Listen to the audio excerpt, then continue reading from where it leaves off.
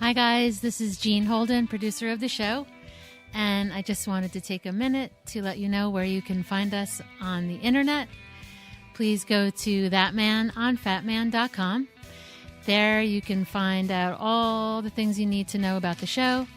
You'll be able to find links to the podcast, to YouTube, to Twitter, Facebook, even Instagram and Snapchat. Thank you so much for listening, guys, and we hope you enjoy the show. Today's show is brought to you by Death Wish Coffee. Death Wish Coffee, the strongest coffee in the world. This is Kevin Conroy, the voice of Batman, and I want to urge you to make a generous donation to the Wayne Foundation so we can stop the sexual trafficking of children. Do it, or I'll find you. And don't forget to check out our good friend of the show, Mark Live, over at chundertunes.com for all your podcast animation needs. ThatMan on Fatman is recorded with a Zoom H6 handy recorder. Zoom for creators. Disclaimer. The show you're about to experience is for entertainment purposes only. The hosts use mature language and conversation just like in most of life. If you're too uptight, this might not be for you. All that said, we really do hope you enjoy the show. But if you don't enjoy it, expect a nice big shipment of my joyous Joker juice on your doorstep in the very near future. Toodles! Yes, please note that use of all sound effects is done ironically. Ooh-ah. You are listening to ThatMan on Fatman with Scott and Jean Holden, and they, trust me, have a great ass. The second Y is sent in by ThatMan on Fatman. Oh, right on. Scott Holden. Scott Holden, yep. And what does Scott want? Call me Scott because I'm Holden. As the world's biggest Kevin Smith fan, I appreciate the fact that somebody finally made a podcast about that interesting motherfucker. So, yes, you absolutely did the right thing. Okay, what has two thumbs and is a huge fan of Kevin Smith? ThatMan! Scott, who does ThatMan on Fatman podcast. Yeah.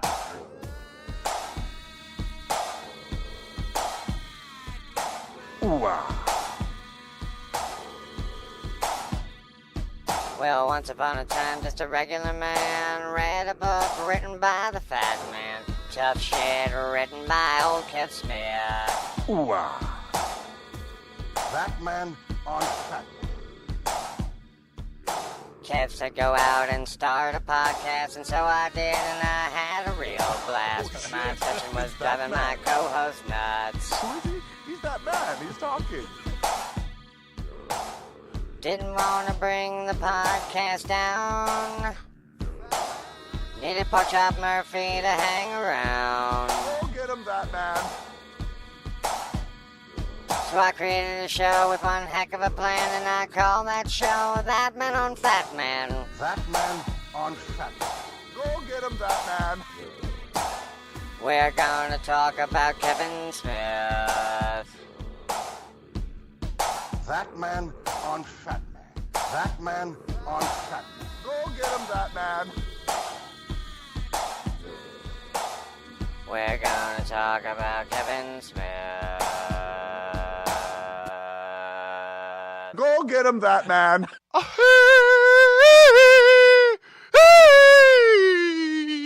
Everybody, that was me pretending to be Brendan Urie to give my wife the douche chills as if I was concluding the end of the song Saturday Night.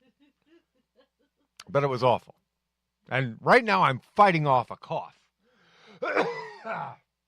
There was no way I was getting out without doing that. Well, as I cough and barf my lung out, I think that's a good way to transition to my lovely wife and co-host and producer and everything wonderful, my partner, Miss Jean Holden. Hey guys. And, how you doing? I guess I'm recovering from my cough. I don't need to cough anymore. Ooh, but I did choke myself pretending to be Brendan Urie at the beginning. And I don't know, other than having just listened to that song as a warm-up before we started the set, that was my way of doing a hey everybody this week. Hey everybody. Yo. And it's always so much more fun to over-explain a joke. Yes. And that's why I'm doing it. Yes. So, as to make it more funny, as if it was at all. Hey, everybody. Welcome to the show. And we have a really, really awesome show for you. I assume, first of all, I assume that you have only just concluded listening to last week's show. Right. So, we gave you a transition. solid week to do that. So, yeah, I have a feeling it's only just ending at this moment. And That's from the original play. If you started it at the moment it dropped. No. Right. All right. And you'll have a couple minutes wait break. a minute. Hang on. Oh, that stinks. It's on the other thing. So much digging that it's no longer fun. You really suck. Scott, you are a poop. I can't find my rim shot. Boy. There we go. All right, so, boy, that took so long. I don't remember what the fucking joke was. Where was I? Were we going to do the SMed lines? Well, we're going to do the SMed lines, but first I want to give the folks an idea of what the show will be today. Oh, yes. Now, yes, we have SMed lines, of course, with our lovely news person, Miss Danny Ryan, or Danielle Ryan, the now married woman. She is married. But also our special guest this week, who is special because he's really cool. Oh, my God. It's a really Amazing, cool interview. guys. Amazing. Amazing. Is none other than Hollywood writer Brian Lynch. Yes. So, and, as you'll hear me point out at the beginning of that interview, it was a weird moment, like way back, very early on in the show, where he sort of put out to Twitter, "Hey, I'm open to any podcasters out there who want to have me on the show." And Gene jumped right on it, but then it disappeared. We never know what happened to it. Yeah, and he agreed to it, and then it just kind of we don't know. Went away. Where'd you go, dude? So, right, and that was like a few years ago, seriously. So this has been like a really so it feels like 3-year journey, and it's almost been the same thing with the pot of gold is there. There's another guest like that, or another potential guest. It feels really good when the things happen because it's never I don't want to do it. It's just I'm trying to find the time. And it eventually happens. Like David Klein. David Klein, we've been chasing now for years. People. And he's here's what I always say about David Klein. He was one of the first persons we reached out to, or that you reached out to. And he actually responded. And said he would do it. Right, because some people don't even respond. Yeah. And he responded and said yes. And he told me to give him and I follow his direction. I give him the time, and then I message him, and then he gives me time again. And so it really has someday. It really has been 5 years. I'm telling you, 4 or 5 years now, trying to get David Klein. Yes. So that'll be like an exciting day too. But there's another sort of, if you listen closely to this interview, you never know. Some things may come out of this, so we'll see what happens. So exciting. So, but yeah, we hope you guys enjoy it. It was a lot of fun to do. Yeah, we really enjoyed it. He was a very, very cordial, very smart gentleman. Yeah, and before we get into SMed lines, we have to extend, I believe, a special announcement to a friend, gosh, our friend from and someone who's been on this show, right? The podcast, 2 mics, 1 mic. Yes. This you guys are more regular Michael Joseph Consolmagnos on this show. However, he hosts a show with one of his best friends. Michael Zarzana and his wife, Christine, had their baby. I want to get the baby's name right because I don't think I have the baby's name right. But is she adorable? Or what? In the meantime, her congratulations. name is Mackenzie Ann Zarzana. A big round of applause. And we're so happy for you guys. She's so beautiful, and we're so happy for you guys. All the best and all the health in the world.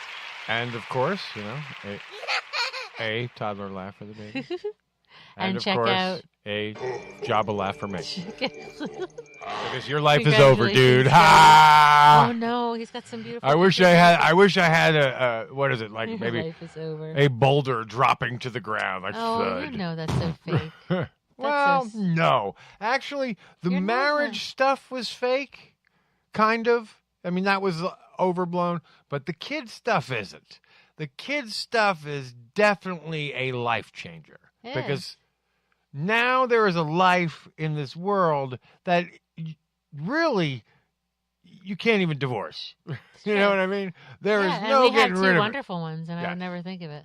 But, and I'm not saying it like that, but what I'm saying is like you are forever joined. Of course. This is your biological cough. Yeah. That's So, true. there you go. I've reduced children to something that I had to do moments ago. But I don't know why I had to explain it, because we all know what they are. Yeah. Yes, they're the man's hiccup and the woman's gestation. That's right. Yes. I no longer do that. All right. Well, on that note, it sounds like a good time. That's a good transition. To go over into the SMed lines. And, Mike Zarzana, that's what you'll be hearing soon. No. Mike Zarzana, I'm so proud of you guys. Woo! Yes. He should be from Texarkana. Texarkana? Yes. Mike Zarzana from Texarkana. That'd be a good thing. Yeah. That would be great.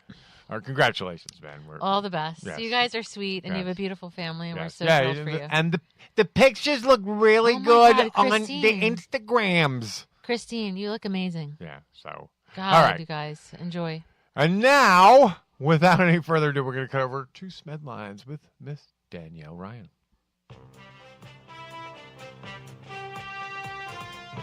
That Man on Fatman presents The Smedlines with Askew News reporter Danielle Ryan.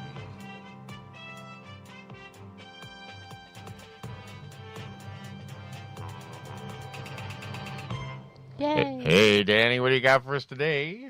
Hey guys, I am here with your Askewniverse news, and the first little bit of news is for all you folks in New Jersey or the Northeast where you can get to New Jersey. Holla! Holla!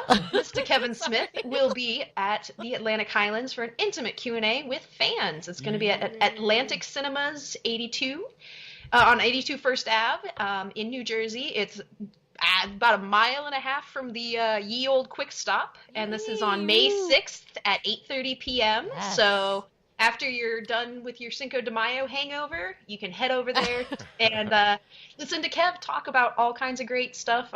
He's got a Q&A show, and he's going to be helping Film One Fest and the Atlantic Highlands Arts Council. Wow, so there's going to be some inspiration flying around that room. Yeah, and I want to thank Ben Gumry out Yes, there Ben. for sending, like, as soon as that tweet came out, he shot me a message. Yeah, and we scooped up tickets and really it was fast. great because I was at the gym and I sat my ass down on the seat. I'm like, okay, but I was done, so I sat down and I ordered the tickets. Yeah, she had the card. Yeah, I had everything with me. I'm like, oh my god, this is great. I have my phone, I have the card, I can order now, and I'm bam done. Yeah, so I forwarded the tweet onto her, and Right. like within an hour we had tickets. And we're actually also going to see him in Caroline's in New York City. Yeah. In the end of the month. And what's funny is there was another girl, a Kevin Smith fan, Yeah. who's in Philly, who Right. at that time was like, "Do you have an extra?" Because she was looking to get tickets locally. Going to the Caroline's one? Yeah, Yeah. and she didn't get any tickets, but I shot her. I said, "Oh, by the way, he just posted this." Oh, good. And she's like, "I got my ticket." Oh, good. The thing is, though, with that New York one, it wasn't even like, I don't know how he announces it. Maybe he announces it different each time. 'Cause I Well, don't yeah. know. Well, this was just added. Yeah. Because it was for the charity. Right. So cool. Another way to see Kevin. Yay. Yeah, That's going to be a fun one. That's the Film One Fest. Is that what you said, Danny? Film One Fest? Yep, that's for Okay. Film One Fest. Cool. Yes, raising money. Yes. Awesome. Yay. Doing good. Try to see Kevin if you can. It's definitely worth Absolutely. it. It's definitely worth it. And try to sit up close because he's definitely, it's fun to like just watch him and just be close to him. Yes. So he can absolutely. see you. And he can see you. And he can see how good he looks. Yes. Awesome. So in other good, happy kind of news. Didn't I do a we- sweeper at one point? I think I did. I think Oh, it was wait, yeah, crazy. let's do I a think I did sweeper a to the crazy next bong story. hit or something. But since I can't find it, we'll move on and pretend bong hit came here. Bong, bong, There you bubbles. go. Bong hit there. So Oh wait, hang on. bong hit. There Wait, we go. first bong. There we go. Oh, here you go. There's the sweeper. There you go. There you go. So our next thing is a bit of birthday news. We've got 2 very special birthdays in the Askew family. And we've got Mr. Bob Hawk celebrated his 80th yesterday. Yes, he did. he It was did. amazing. We were very honored and Oh. so, I don't know what to say, I don't even overjoyed know- to be overjoyed. invited. And it was a beautiful party at a beautiful apartment in New York City. And over and over again, I need to tell everyone not only are you friends, you are family. Yeah, and everyone is family that is in that group associated with Bob. They're family, and it's an amazing. And if you know Bob, he was totally in his element. He had his little stool. He had like a stool where he was sitting and holding court. You know, like he had a receiving line. He was perched on this high throne-like chair, and just accepting people. He had like a receiving line, and he was loving. Bob Hawk loves attention, so this was like the highlight of like probably his life. And we had done, when you get a gift that you love and you know, we'll have to post it and and show you guys. You're so excited to give a person a gift. Like we found this great gift for him that we gave him, and we're so glad that we gave it to him and saw him unwrap it. But it was this poster of Harvey Milk. It was commissioned for the opening of the Harvey Milk Convention Center, I believe. Right, and it's in San Francisco. Yeah. The gentleman is John. No, I'm sorry, John. The artist. I say it wrong. John Mavroutis, and he's at Zen Pop is his art. Zenpop.com, I believe. But it was a really great piece. What a wonderful piece. And it's like Harvey Milk, but the actual. The painting of him is made up of like words and names that associated with gay artists and people who have changed the LGBTQ community. And he signed it, and all of the names like shape the face of Harvey Milk, and it's a beautiful. And it was piece. so cool because when he opened it up, it was a big thrill. Right. And many of the people, I've never heard so many people go, "Oh my God, is that Harvey Milk?" Like only in that room would that happen. Yeah. So that was an amazing. So yes, we'll, happy birthday, Bob. We'll post the picture too. Happy birthday, Bob. We love you. Absolutely, and also happy birthday, Jen Schwalbach. The Schwally Llama. The queen. The queen of it Schwad all. Mom. The Yes. Schwalma. Yes. The Schwally Llama. The Schwally Llama is one of those nicknames Kevin gave her at one point. Oh yes, she is. So she had her birthday yesterday, and she and Kevin celebrated by going to Disneyland. And there's a great picture of them on Space Mountain on his Twitter. Great yeah, picture. is that the holding? There's also the holding hands one that his daughter. That one's cute. And there's another one of her. She's like blowing up the candle, and he's just looking. I think at I've been her. going to Disneyland a lot lately. Yeah, he's just looking at her with like love eyes, because it's Jen. We were hoping that Kevin might be in town and show up at Bob's party, but Yeah. There was it's kind all of good. Like he can't be everywhere. No, he's one guy. And then I forgot that it was Jen's birthday too. So right. And I think he's enjoying not like bopping around as much. Maybe he's just kind of content. Yeah, that's another thing too. I forgot. Yeah, he's not. The content. stress of travel is supposed to be kept to a minimum. Yeah, he's content just sitting there watching his wife blow out the candles, which is fun. Yes. Which is great. I know, right? The simple things. Happy birthday. Happy birthday. It's so Jen. sweet. Jen. So happy birthday. Happy birthday. Happy birthday, Schwally Llama. Many returns of the day. Yes.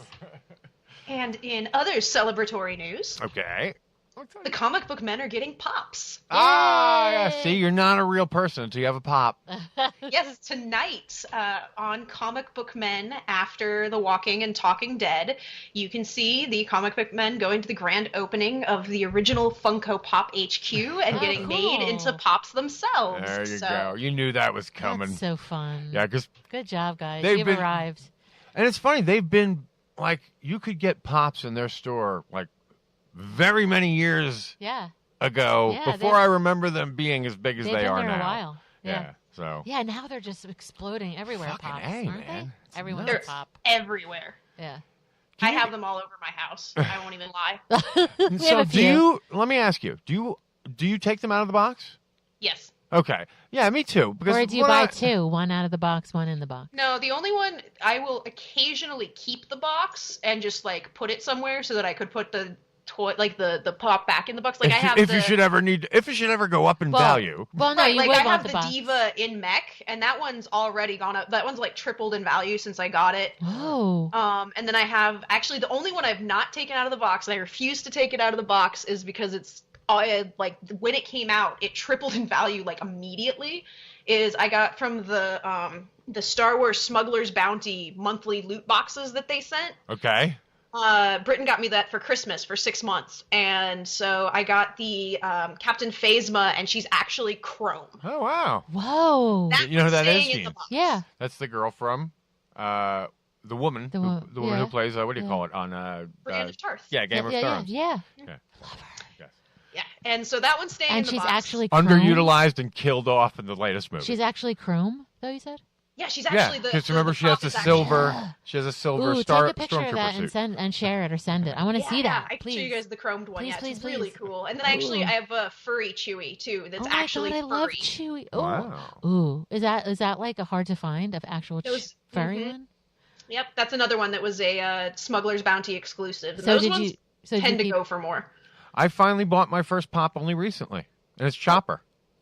Well, there you go. And you also have, And I took it out of the box because why the fuck do I want to look at him in a box? And you also you have want to put them Deadpool. up You and also have like, Deadpool. display them. And that's my other thing about what I think about pops. I'm not going to buy a pop because I think it's collectible. Collectible. I'm going to buy it because I like the character, and that way I'm going to take it out of the fucking box. Yeah, I want to get exactly the Kev why I ones. get it. I want to get like the Kev ones are cute, like the Yeah, comic there's a lot book of them one. now. Yeah, I think he has a secret stash one. That's but really you cute. know, those all have to stay in the box because they'll all be Right. signed and all. That shit. I know. We're falling how into do the they- pit. How do they? I have a question. How do they immediately go up like the next Isn't day? that nuts? Like, is it That's because like how many people bought it? That's the or- way the comic Yeah. book biz used to be 20 years ago. Yeah, but like, what Or, like, caused Beanie it like the Babies? next day to triple in value? It's inflate. It's Well, it's because with speculation. these ones- It's yeah, speculation. and with these ones they were only available through this mailing. Oh, like, okay. So through they the- knew it the- was going to be very limited. It was exactly. but you here's couldn't the go to thing. the store and buy it. Yeah. Limited does not necessarily mean more value. Yeah. Like No. you could have a limited piece of shit. Piece you of know what I junk, mean? Yeah, exactly. exactly. You absolutely could. Yeah. Yeah. So. Yeah. But is that junk personal to that's someone why else? I find that a bit of like the tulip making, of Holland. And even worse because how do you manufacture collectability? Yeah, it's a very personal. It's a very weird. personal. It's Pogs essentially Very on that personal. level. So that's why if I buy a figure, I'm just going to buy it because I like it and it's something cool and it represents something I like. And like Danny talking about the comic book man, like how cool would it be to have the set? Yeah, obviously. So Kevin's we're in that fans, set. so that makes sense for us. Now, But, Now, will there be a Sunday Jeff in that set? you know what? For not get for him nothing, Steve Dave. but I think there's a Ladondo pop somewhere. So I think people can make their pops. We can. I think we you can could get go. customs. Yeah, We could. Yeah, go, you can do customs now. We could get Yeah. a That Man on Fat Man and get Yumi and Danny as a pop. but there are also limited runs or limited collector runs. So like in that store, they may get certain figures that you won't get anywhere else. That's true. Where in Like a Ladondo, yeah. for lack of a better. Hey, you know what? When I go to see Kevin, He's a limited Ladondo. When we see Kevin soon, we should just stop in the stash and see. Yeah, pick them all There up. you go. Yeah, check out the stash soon too. Yeah, It's fun. since we'll be down there. And the windows are new. Jeff Quigley just did the windows. Yes, I love Jeff Quigley. He's awesome. Yeah. Okay. Shout out to Jeff Quigley. Yay! Sorry, in the middle of the news, no less. Okay, so That's all right. All right, yeah, let's wrap this up. No, that's do the. Yeah, we got more. Okay, so Yeah, One last piece of news. Oh, quick bong one. hit. Bong thing, Sorry, bong thing. she's like, do the bong hit. I think I missed it on every other story, but okay. No, you didn't. There you go. All right. Good. There we go. All right. So the last bit of news is if you are bummed out that you never really got to experience the Askew-universe, guess what? Now you can, because there's going to be a Jay and Silent Bob VR game in which you are in the shoes and trench coat and backwards hat of Yes, Silent Bob yes, himself.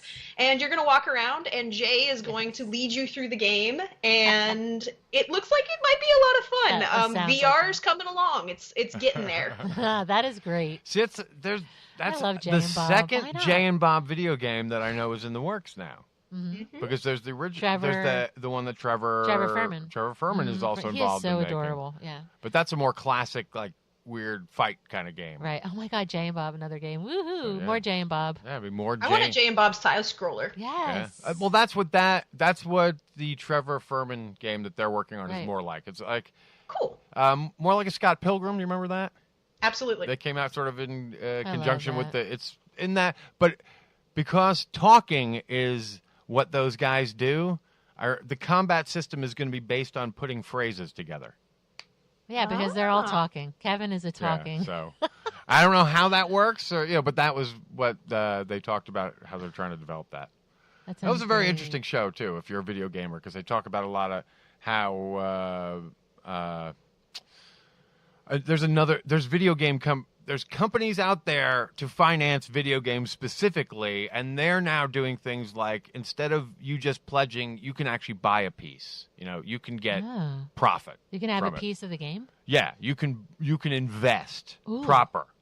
Okay. So yeah, there's things like that going on. Cool. So that's I've seen interesting Jay for that. the last couple of days. Jay's been at a con doing a lot of video game stuff. Oh wait, I don't. Yeah, he's at PAX. I was about to he's say. at PAX. That's right. Okay, now here's another announcement that I didn't even think of, but we can throw it in the news.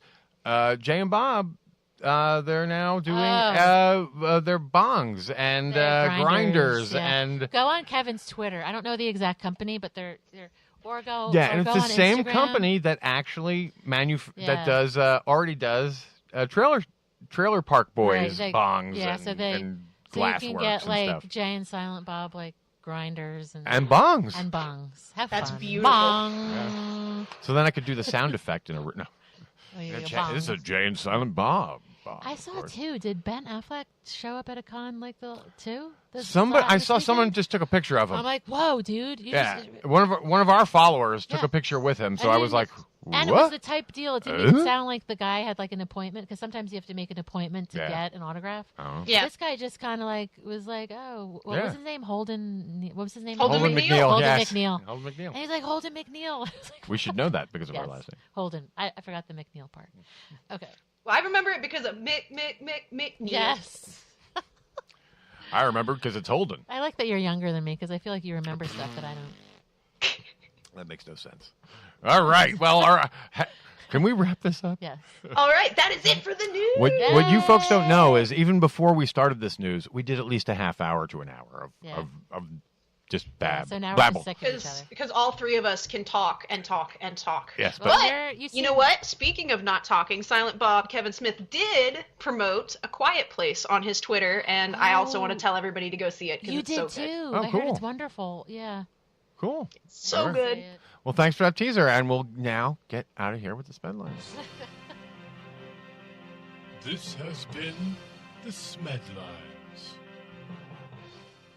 with Askew News reporter Danielle Ryan. Follow her on Twitter at Danny Rat. Twitter.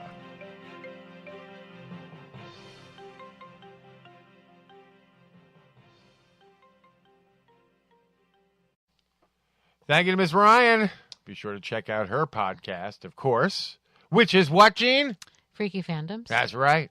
FreakyFandoms.com. Yes. Check out her show. They geek out. Apparently, they do like to drink, as you heard. So, Yes. But they like to imbibe a little bit. It's the weekend. Yes, Enjoy. and it's all fun. God, if we could have added alcohol to our podcast, what train wrecks they would be. So. That would not be pretty. Especially the one with Joey from last week. Oh my God! Can You you think imagine? you just finished it 5 minutes? Joey would probably be naked. He would still be. That last week's episode would still be going. If Joey drank, he'd be naked. Yes. Well, he did go through that phase. I do hear that ended though. Are we supposed to talk about this?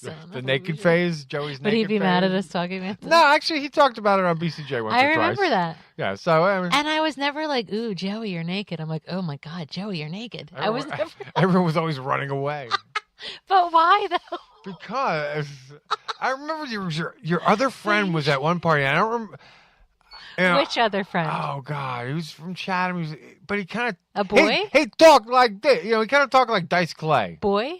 Yeah. Oh my God! Yes. I don't say his full name because I don't know. That I do. I know. I think he went to jail for. But you know what he did? So all the more Did reason. you hear No, about let's not. All right, let's not. But I would this never is say long his before name. that. Yeah. Before he became that much of a degenerate. Yeah. But he was like, "Hey, Joey, put your dick away." He was What? like that guy. Because I remember being at the party telling Joe to put his dick away. And he was the guy who said, "I don't wash the bottom of my feet." Hey, who washes the bottom of their feet? They never get dirty. That's the same Just stand at the bottom of the sand. You stand at the bottom of the shower, they get washed already. Yes, it was that guy. Do you remember Didn't he him have a saying- vet or a car? No, he had. I think he had like a yellow or an orange something or. No, he had like a. Didn't he have a Trans Am or a fucking Something Firebird or Camaro? It was something very. He had one of those cars that you would expect that guy to drive. And he always had like a leather jacket on. Yep. And always, black yes, jeans. in the middle of summer. No, but he was like one of the few guys to call out that, hey, Joey, your dick's hanging out. You know, Yeah. you are naked right now, and it's no one's impressed. We're just like enough of Grossed this. out. Yeah, go put your go put your stuff away. Joey. Hey, go put your clothes on. I do remember him. Yeah, it was that. I never knew that there was a connection with Joey and him. I guess It wasn't a huge one, but they like showed up. They probably maybe with May or something. Yes, like that. it was an event. It was a special event coming this weekend. Maybe it was with May or You something. had to sell like that. tickets. Oh, probably. Yeah. No, I'm kidding. Of course, of course, I'm kidding. I don't know how he became friends with certain people. He was very strange, that boy. I guess He drifted never in. know. He drifted in somehow. Yes. He was like, He probably just wanted to have again, sex. if you watch the movie SLC Punk, Right. that vibe, totally the vibe right. of that existence, like It's it really very- does remind me of my 20s. Yeah, it is very much like that. Even I though agree. that was in the 80s and ours was in the 90s. The Right. 80s sucked. The 90s were at least a marked improvement. Right. But anyway. All right, so we just that was the SMed lines. We're back. The SMed lines. But now, Thanks, Danny. what coming now? Coming next summer. In a world. No. Now we have, at long last. Yes. I've teased it enough. I teased it at the beginning of the show. Now you know.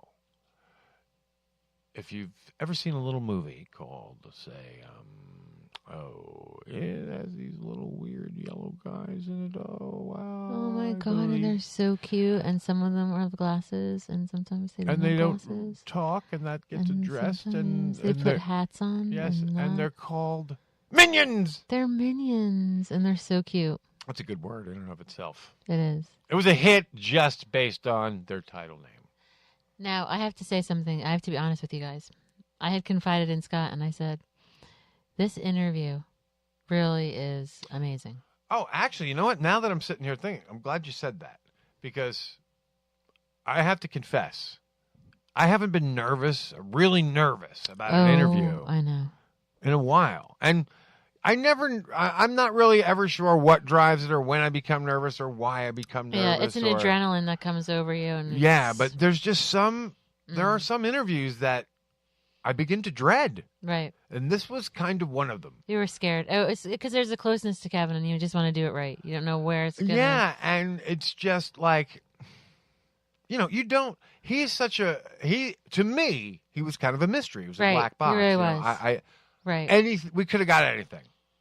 Right. So, and I think that was part of it. Right, because there's certain people in the universe you know a little bit more about, like, Scott Yeah, Mosier, you yeah, know more yeah, about. yeah, David oh. Klein, you know a lot more about.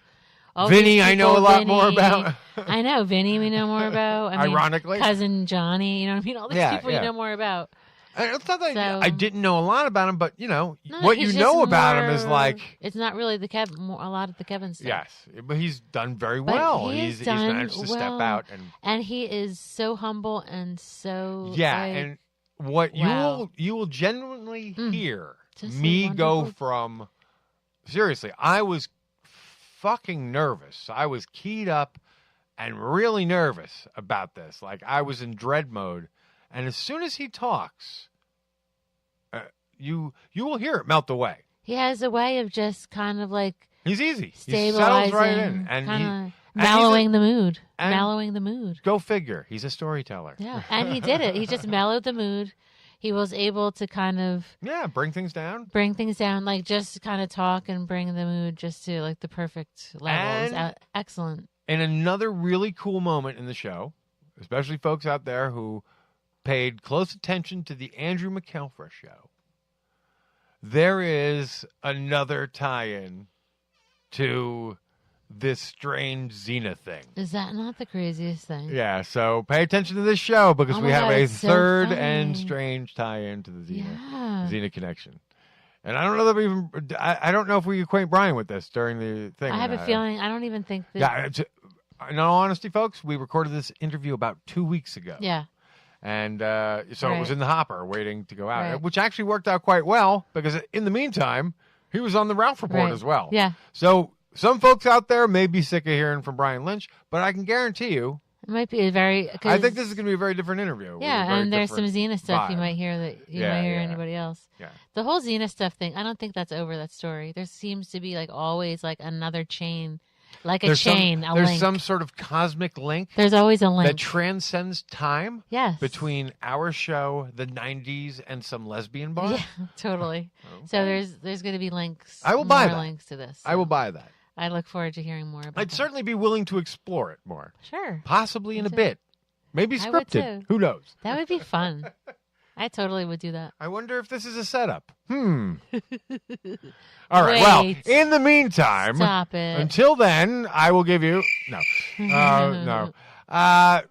We're really thrilled. This was such an awesome interview. I want to say, thank you for giving us your time, and you blew us away. You Really totally did. you put me at ease, and I was a nervous wreck. Right. And a beautiful person, seriously. yeah. So without any further ado, we're going to cut over now to our interview with Mr.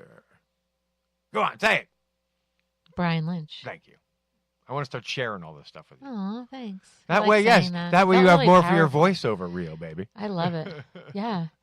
If you Because know anyone out anybody- there who's looking for Some a voiceover. sexy female voice, very feminine, very pretty, very hot, very sexy, very cute, No. Well, very everything, very feminine. I have different ways I can. Feminine in the extreme, dripping femininity. Miss Jean Holden. All right, I'm trying to Market introduce Mr. Brian Lynch, and then I get carried away plugging my wife. But then, what can you do when you have such a beautiful wife as mine? Aw. The one area in life I am very lucky is love. What are you doing? Yeah. Oh my god.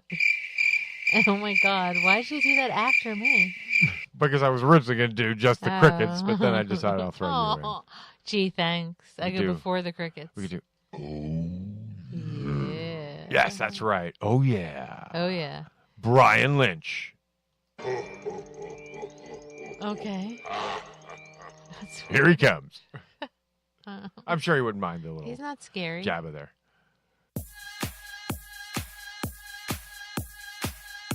And now, here's our guest.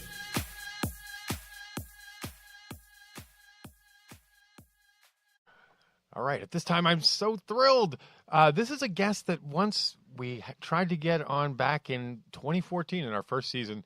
And I remember he had kind of put out on Twitter like, hey, if anyone wants to interview me for a podcast, I'm available. And we reached out, and then something happened. And for all I know, he went off to write Minions. But then we didn't hear from him for a while. And then just a couple days ago, Gene turned to me and said, hey, I got Brian Lynch for the show. And I was came so in the thrilled. room and I jumped up in the air and I She I was really like, did. I did it! Yes, it was like some sort of personal win. Yes. And I have to admit, there's been a couple of guests that I've really been nervous about interviewing beforehand. One of them was Dante, of course, also Brian O'Halloran, just because I'd seen him before. I knew and I got to say, Mr. Lynch, I was very sort of nervous about having you on. But Why? I don't know. In the second that I've heard your voice, like it's been dispelled. Well, you have to introduce him first. So you have to introduce him. No, don't be. No one's ever been nervous in their life to talk to me or meet me. You'd be surprised. But I want to welcome to the show at this time, Mr. Brian Lynch. Many of you might not know his connection to the View Askew universe, so we're going to get into that a little bit. But you would also know him as the writer of the freaking huge movie Minions, blockbuster. as well as Gene. Why don't you rattle them off? Because I know you got the thing right in front of you. There is the list from HELL. She wasn't good. Well, Big Helium Dog is, of course, where we're gonna. Well, now that's start where we're out. Gonna start. We're gonna start. Why don't we start with Big Helium Dog, sir? How did you connect to Kevin to be able to make the film Big Helium Dog, sir? And I know Vinny is a big part of this, so. Well, yeah, Vincent Pereira and I became friends our freshman year in high school. In English class, he would bring in Fangorias and we'd talk about horror movies. And I was always too scared to see horror movies. But Vin would give me like a graphic description of what happened, blow by blow. And then when I eventually saw the movies, his descriptions were far better than whatever movie we were talking about. So you were afraid of horror movies? I've sold a horror movie that never got made, but for the most part, I don't like them. I'm just not. I'm kind of the same way. I mean, when I was a teen, I could stomach some, but for the most part, not my favorite genre. I went through that time where, excuse me, all my friends in high school and junior high wanted to watch them, and I would go, and it would be fun leading up to the actual movie beginning, and then when the movie started, I kind of looked down at my shoes the whole time. And then when it would be over, I'd be like, wasn't that great, guys? That was so fun. I had no idea what happened. I wasn't watching. That just actually happened to me the other day when I watched Get Out. Oh, God, it's so good, though. That's the first one in a long time that Really? I Really? Oh, I went the other. I didn't like it. I found it very icky from beginning to end. Yeah. It is. It is icky, but I think I was on board with how in what way it was kind of. Yeah. I don't know. I loved it. I love the acting too and the directing. I just thought it was really good. Yeah. I got you. Yeah. Also, I was kind of relieved it wasn't as gory as I thought maybe it was going to be. Yeah. It was very smart. It messed with your head. Yeah. It definitely did. And it was great. I liked it. On a certain level, here's my thing. I'm kind of getting tired of this. Like nowadays, you have to go into a movie with a certain amount of who's the mole, or you know what I mean? Who's the character that's going to flip on me? That, and it's going to turn this whole story upside down, and I'm not going to, you know what I mean? So I'm getting sick of that going into movies now. It's like, I'm tired of this find the mole game. But I promise, in any movie I make, I will not put a mole. Thank you. I appreciate it. Secret Life of Pets 3. I'm sorry. Sorry? Go ahead. Oh, I would visit Vin at his work, which was the video store, the RST Video, and oh my God. We'd hang out there, and then sometimes we'd go over and talk to Kevin a little bit, but I didn't really hang out with Kevin until one summer where Vin's like, come on over, we're going to go see Cool World, and I was like, all right, let's go watch Cool World, and Kevin drove, and we hung out that day, and it was still, Kevin and Vin were still very much like, I was shy. I was hanging back while they were talking, and I remember them talking about Temple of Doom a lot and how great it was, and I had nothing to add, so I was quiet. You were the third man. Yeah, I was, and I've heard Kevin since tell stories about like when Muse joined the group, and he doesn't like the new people in the group so much. now that I've lived through it, I'm like, okay, yeah, he was enjoying Vin, but he didn't know me from anyone, so we didn't become actual friends until.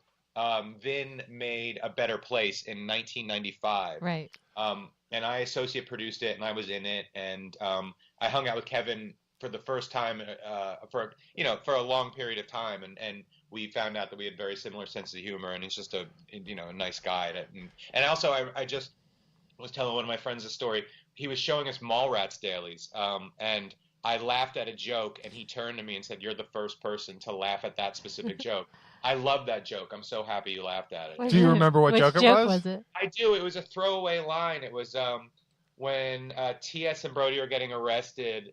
Someone said, "What is this?" And just Brody under his breath goes, "I think they're called handcuffs." And it made me laugh. It made me laugh. And he's like, "Right, that joke is good, right?" I'm like, "Yeah." So from that point on, he and I became friends, and I was craft service on Chasing Amy. After A Better Place, I worked on Chasing Amy.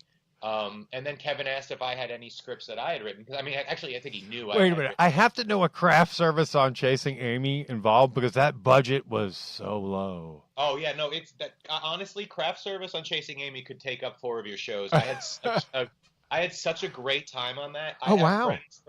I have friends from Vin's movie and Chasing Amy and Big Helium Dog that I have to this day. Wow. But Chasing Amy was an amazing experience. Not that A Better Place wasn't, but A Better Place was very hard. It was $35,000 in the humid summer in New Jersey shooting, and Chasing Amy was a little different. And it was less responsibility. I was just serving food to the people that were actually doing all the work. That's true. That's true.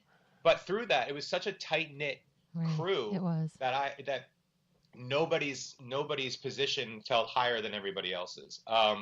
And Kevin is the reason for that because he treats everyone like they're friends, and he's appreciative of them working there. Like we're all in it together, kind of. Yeah. Indie film is like that in general. I mean, recently I've done a little union work, and you definitely get the different vibe of, you know, like, oh, you can't do that, you know, Right. here. Right. So, Yeah, I just love the we're putting on a show mentality. Yeah. And it was great, and you know, and it was, and not, I just want to reiterate, not that Better Place wasn't. It was just a lot harder. you have more skin in the game too. Yes, totally. And Yeah. and it was harder to do because with Chasing Amy, we could also, you know, we could get the location permits we needed. Whereas, you know, Better Place, sometimes we had to steal stuff and run. And not that isn't fun, but it is stressful. It seems like most people that we've talked to loved their time on Chasing Amy. Bob Hawke. Yeah. Bob Hawke is that's his favorite. Yeah. One of his favorite times. He goes was on Chasing about Amy, it. his favorite movie. You know, I almost wrote a movie about being craft service on Chasing Amy. Really? Or do it as a comic book. The problem would be that, you know, there's a lot of people whose names I'd use, and like I'd have to get everyone permission, or else why bother doing it? Yeah. But I love the experience. I remember the very first day was the only bad experience I had with it, and it was because I didn't know what I was doing. I'd never done craft service. I wasn't quite aware what craft service meant, and I showed up, and I didn't know I was supposed to have the coffee ready for the crew before they got there. That's like, I mean, it's a no-brainer if you think about it. But I was making it while they were showing up. So all these people on the first day, so tired, so early in the morning, and they were like, "Where's the coffee?" And everyone's looking at me, and I'm like, "I don't know." Like, and I remember the first AD walking by on his walkie, and you know, we're friends now, but I remember him going, "These craft service guys just aren't getting it. They're not right." and everybody was like giving me dirty looks, and I go to my friend, one of my best friends, Brian Strang, who I met on A Better Place, and he and I did craft service together, and on Amy, I turned him and said, "We should just get in our car and leave." Like, oh man! And Kevin was the one who made a joke about it, and it instantly felt okay. Right. He does that a lot. Yeah, he really does. He gets people literally back. By the end of the day, we were in the zone and enjoying ourselves. And because people would come to craft service and get like food from us and just hang out, I think it became everyone knew they could relax around us. Yeah.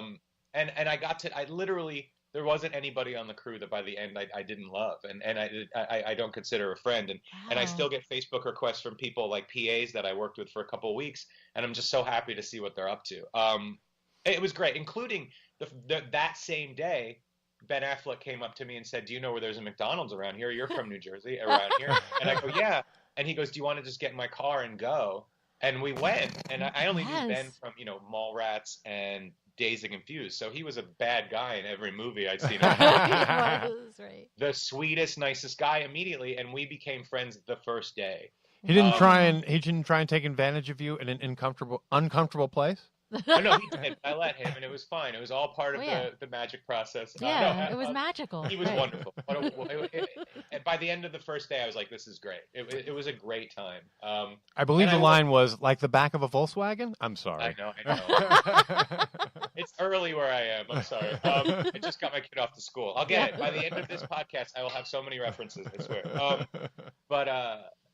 It was a great time. And actually, the only other problem with writing a movie or a book about it is there wasn't a lot of conflict. And we need that. It's like literally the conflict would come that first day, and a movie can't live on, "Hey, you didn't get the coffee right the first day." Yeah. But it was wonderful. And during that movie, I believe there was all kinds of crazy stuff. Like during the hockey scene, like part of the crew rebelled, or the extras rebelled and left the scene, and all kinds of crazy. Yeah, really? That's the problem with that kind of filmmaking. It sometimes is like people are excited to do it, and then halfway through a very long shoot, which we knew going in it would be long, the people are like, "Wait, we have to sit here all night?" They can come. They get come back. It's fine. Everybody was fine. Anarchy. Oh yeah. Oh, and also like the flashbacks where the people are hooking up in the cars was like we had to dump all my food out of my car, and they used my car in that shot, and like I didn't know they were doing it that night. It was such fun. It was such a fun experience. I loved it. What's funny is now whenever I go to Red Bank, all I see is Chasing Amy. You know what I mean? Like if you go around by the VOSQ offices, you're essentially on the street where it rained. You know, it's just like the fake rain. Wasn't it fake rain? I grew up there, so I have like a lot of different memories, but certainly like Jack's music when I go, it's just, and that's a place that I would go. I mean, I went once a week for all my life, and I still remember it as the Chasing Amy place. I don't know. It was a really rare moment. I remember the last day of shooting, Kevin's like, "Hey, do you want to do craft service on Dogma?" And I said, I don't, because I don't want to just keep doing craft service. But I really can't wait. The people that are taking over for us are very lucky. And also they were, by that point they were professional. So they had professional craft service people come in and do it right. But, when did you know that you had a story in you? Oh, I wrote screenplays and comic books from like 6th or 7th grade on. Okay. So were you letting anyone else in your group know this? I mean, did Vinny know? Had you produced? Oh, sure. Okay. No, so Vinny and I made our senior year in high school. We made a movie called Beowulf, which was a parody of, obviously Beowulf, the story we were reading in English class, and we mixed it with Twin Peaks because Vin was big in Twin Peaks at that point. Yeah. So myself, my friend Santo Brullo, my friend Tom Shields, who were all still, we all still talk and we're still friends. Every week we get together and make a new episode of this movie, this show. I constantly, I do screenplay readings in college. And by the second week in college, I was, drafting all my new friends to be in shorts and movies. And so you were creatively out even as a young, okay. That's great. I made a comic book my dad printed at his publishing company on his Xerox machine early in the morning before anyone came in, and I would staple it, and I sold it at a store in Red Bank in 8th grade. And then by high school, I sold it in the school, and it would sell out. People knew me as you were destined for So you greatness. just fit in with these guys. You were, yeah. Oh, wow, I found my kin. You were destined for greatness, sir. It was weird. I've talked about it before with people from there too, and it's so weird how many insanely talented people came from that area. And I'm not saying I'm not one of the insanely talented people, but humble. Brian Quinn was part of it. Yes. Vinny should be on his 80th movie. It's just like he'll get, like, you know what I mean. He'll make another great movie. I know it. But I just want, I wish he had made more by now, and it's certainly not on him. It's just that's what happens sometimes. And we're all behind him. I feel like a frustrated writer who doesn't have enough ideas. I think we all do. But I'm so lucky to know these people, and I don't know. I love seeing their success. I mean, Brian Johnson was someone. He's in Big Helium Dog briefly, and now he's like, everybody loves him on the TV show. And he directed that insane movie the same time we were doing Big Helium Dog. So he and I really bonded. Absolutely, that movie was nuts too. And it was Big Helium Dog. It was what was that? That is Vinny's movie. Yeah, there's Vinny's movies. Yeah. Right, in '95 it was A Better Place and Drawing Flies, which is Malcolm. Oh, that's right, Drawing Flies. That was the third one. We knew there was a third one. We couldn't think of it. And then '97, 2 years later, it was Vulgar and Big Helium. That's right. Yes, that's right. And we were on the first floor of the production house, and Vulgar was on the second. So I hung out with Johnson quite a bit. Sorry, go ahead. I don't know. I was going to say, now you were also in Jay and Silent Bob Strike Back, correct? Yeah, that's right. I don't know what I was doing. Kevin. And you're in Chasing Amy too. You were in. I was in Chasing Amy. Yeah. That was fun. I actually asked Kevin if I could be in that part. I remember he and I were hanging outside and I go, "Can I be on the minority panel?" And he's like, "Why?" And I'm like, "That's why I want to be on it. It'd be funny." You're Brian White. White guy in the minority panel. You're Brian White, right? In Chasing Amy, right. Brian White. Yeah. You just sit there. They spelled Brian with a Y, and my name is spelled with an I. Yeah. So because of that, for like a couple of years after, everyone just assumed I spelled it with a Y, but it's fine. That's okay. Why? That's funny because that's how I first Googled you. Everyone thinks it's spelled with a Y. It's okay. Yeah. It's okay. So tell us about the Jay and Silent Bob experience. Well, Jay and Silent Bob, I actually was going to meetings in L.A., and Kevin was shooting Jay and Silent Bob for the most part in Los Angeles, so I got to go to set a couple of days, like the Blunt Cave I got to go to, which was really insane. That's where I met Paul Dini, and that was thrilling. Wow. I met Mark Hamill. That was crazy. But then when he came back for the New Jersey shoot, which was the tail end of the shoot, he said, "Hey, come to the stash. You can be in the background of the scene we're doing." And I'm like, "Oh yeah, I would love to." And I didn't know that I was going to be like a featured thing. He one of the PAs said, or one of the first AD I think said, "Which one of you is Brian?" And I raised my hand. I go, "Okay, you're going to get yelled at by Jay and smack this thing out of your hand." And I don't think it's not in the movie, but it's on the deleted scene. So It was neat. I didn't know that was coming, and that was really cool. That was just a half a day of shooting, and I don't know. I love Kevin's movies, and I would be such a fan if I didn't know him. And the fact that I do, and there's a cell that exists of me and Jay and Silent Bob is weird to me. I'm very lucky. I'm a lucky guy. I got to the Chasing Amy, the speech Silent Bob gives. I was outside, and Kevin rehearsed the speech on me outside of it for like an hour before he did it. Wow. And that's just like, it's so weird. Like, it's like, I love that scene. I watch it on YouTube sometimes. The one in the diner. Yeah. Yeah. I got You know to what's be, like audience of one. It was so, I don't know. You want to know what's notorious about that is, admittedly, Kevin said that like he had been so like obsessed with Jay giving a good performance that he fucked himself. Right. And he couldn't do it. He couldn't remember his lines, and it took him a lot longer to get that particular speech down. So it's interesting. So I helped a little bit because I was there for part of it. And I got to say, outside the diner, it sounded fantastic.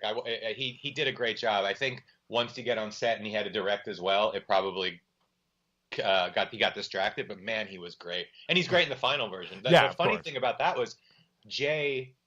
Jay wasn't in the movie much, so he wasn't on set much, but he'd come and visit. But that night, all the crew was assembled, and they were told, just so we know, Jay might have some problem with his lines. And Jay had no problem with his line at any point. It was, and Kevin actually, he got nervous on it. But man, Kevin's good in that scene. And I got to be like, I don't know, I'm just very lucky. I feel like, you ever see the movie Zelig, where the guy just kind of trips through history and I feel like that sometimes. I'm like, oh, good, I get to have a front row seat for this thing that I love. All right, we want to take a moment to talk about Death Wish Coffee. That's right. Ladies and gentlemen, do yourself a favor and get over to deathwishcoffee.com. And there you can buy the strongest coffee known to man without a prescription. The world's strongest coffee ever. Yes, as proudly displayed on my wife's sweatshirt over there. Yes, on my body, on my mug, on my K-cups. Yes, and you'll know them by their telling sign of the skull and crossbones that tells you good. Exactly what you're in for. That used to be the international symbol for poison, but now it is the symbol for good damn coffee. It's awesome. Without milk, with milk, you don't really need it because it's strong. But not bitter? Not bitter. So you don't even need milk. You don't even need sugar, but you can add it if you'd like. It's just really, really the perfect, strongest, most awesome coffee. Become a junkie of Death Wish. DeathWishCoffee.com. Thank you very much. Enjoy it. And be sure to get 10% off your order at www.deathwishcoffee.com when you use the code ThatMan. That's one word, conjunctified, all caps. ThatMan for 10% off your orders at deathwishcoffee.com. Right, but we actually have an interesting story about Chasing Amy in that there's a comic book writer, artist actually, that we've had on recently, Scott Holden. He's in the Guinness Book for the most superheroes on a cover, which was Deadpool's wedding. Right on. But anyway, he tells a story about how he was an inker and he went and saw Chasing Amy. And he was like, my fucking life is being played out here on the screen, because like he was living down in the village, and there was essentially, he said he had just like gone to the bar, which was like the Kit Kat Club, which was, they were very much based the same, but it was a lesbian bar. He had been there for Xena night only a few nights earlier. And he's like telling the story. Yeah, and he's like, it was like Mallrats was playing my life right there. And in part of it, it made my job a punchline. Chasing Amy, you meant. Because he was an inker. Oh, did I say, what did I say, Mallrats? You said Mallrats. I meant Chasing Amy, yes. You meant Chasing Amy. Yeah. You know, what's weird is you said Xena night, and that reminded me of another story, too, is when we were shooting in New York at the, what's the name of the club? Was it the Kit Kat? It was something. I don't know. Something like that, yeah. Yeah, it was the Pussycat Club or something. So we were sleeping on someone's floor in Brooklyn that production set us up with, like a friend of a friend, me and my friend Brian Strang. so we could get there early to get coffee ready, because at that point we knew coffee had to be ready for everyone. And we went to the bar, the lesbian bar, and we said to look where to hook up everything. And there were really tired, half asleep lesbians still there from the night before. And we were like, what's going on? They're like, oh, it was Xena night last night. Oh my God. All right. Now we have now one. We have to tell you a story. Now We're all connected. This is so fucked such up. a small world. Here comes part 3. Okay. All right. We just had. We're all connected. We just had Education Andy on, which Andy hosts Education with Yeah. Kevin. Andy McElfresh. Okay. Andrew Now, McElfresh, yeah. Andy tells a story about his babysitter when he's in New York. The first time him and his wife get to go out to see a movie, to go see, what was it? It was, damn it. Train Spotting. Train Spotting. Yes, Train Spotting. Which So ironically was has it 90 a kid dying of neglect in it. What's that, like 96, Yeah, 95? so it's around there. But their babysitter got there, and she's dressed as Xena. And he's like, well, what's the story here? And she's like, well, after this, I'm going to a bar because it's Xena night. Tell me. So what is this small world with this bar and the Xena night? And Kevin, it's so odd. The Xena bar is the center of our universe. It somehow is. It's so nuts. This is like the third time it's come up in like 3 weeks or some shit. We have to go to this place. This Where is so this nuts. place? Yeah, it was down in the village. Yeah, it's in the village. They were the Lower East nicest Side or people too. Were they? They were. Oh my God, they were just very excited to be doing the movie too. Oh, yeah, it was great. All right. And I remember that day too. Joey Adams had a magazine cover come out during that day. That day it came out. Oh my God! Here's the while thing. we were shooting, and she's like, "Don't tell anyone. I'm just, I'm kind of like, I don't want to make a big deal of it." You could tell she was very excited. Yeah. So Brian Strang and I, we went across the street to Kinko's and we Xeroxed the cover and put it everywhere on the set. Oh my God! Because we wanted everyone to know, and we were proud. And I remember even on the car that took her away was covered in pictures of her from her magazine. That's so amazing because I just assumed that was shot in Red Bank and just done. Yeah, no, it's funny. It could have been. You're right. It could have been because there was only like an exterior shot when they look out and Scott Mosier's on the roof of their car. Yeah, on the roof of their car making out. But no, it could have been. Yeah, no, but they were both actually lesbian. All the New York bars are actual New York bars. Wow, that's amazing. I didn't realize that. That is even better. That's better to know. Right. It really is. I'm already glad we had him on now. I know. So when did you make the big transition to become AKA a Hollywood writer? Yeah. When did you make the transition to I hope LA? you could see my air quotes. Because you're a Jersey boy and you made it in LA. Yeah. It was weird. I got started. I always wrote a ton of scripts, and while I was editing Big Helium Dog, Vincent Pereira's movie A Better Place was making the rounds at festivals, and I'm in it, and it's not a very funny movie, but I'm kind of I say funny things in it. I'm not saying I'm funny, but I do attempt at it. I do attempt to be funny.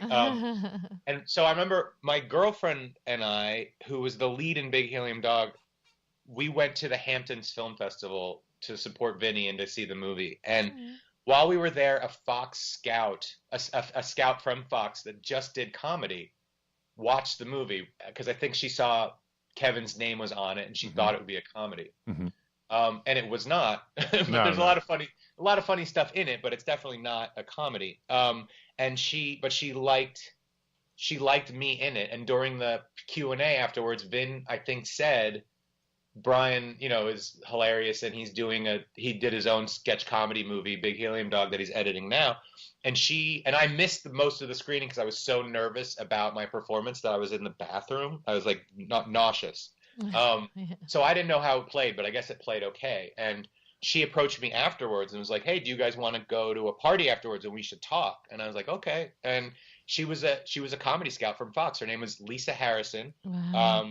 And she was from LA, but she'd come out a bunch to talk to me in New York. I'd go visit her and we'd go to lunch and she'd read scripts and she'd like the scripts and eventually she suggested me to Fox Searchlight to rewrite a movie for them called Fag Hag. And wow. Based on a novel. I could see why they would want to rewrite that one.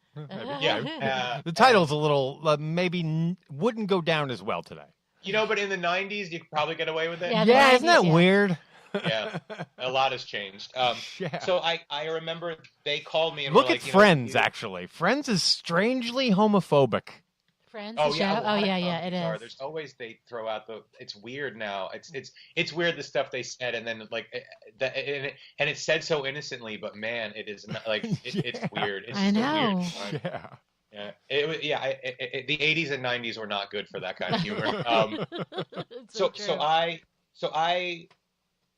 got a call from Fox Searchlight, and they said, we know you're editing the movie. We want to know if we can A, see the movie, and B, do you want to rewrite this movie for us? And they sent me the script, and they said, just see if you click with it. And they honestly could have sent me any script, and I would have clicked with it because it was my first paying gig. I'm like, yeah, I would love it. They could have sent me literally blank pages, and I would be like, I love this. This is great. But I did like the script. There was funny stuff. So I started rewriting for them, and I went out for my first meeting in LA, and I had meetings, and I met a manager there, and I met with Kevin's agent at the same time, and I got a manager, and the agent agreed to rep me. And wow.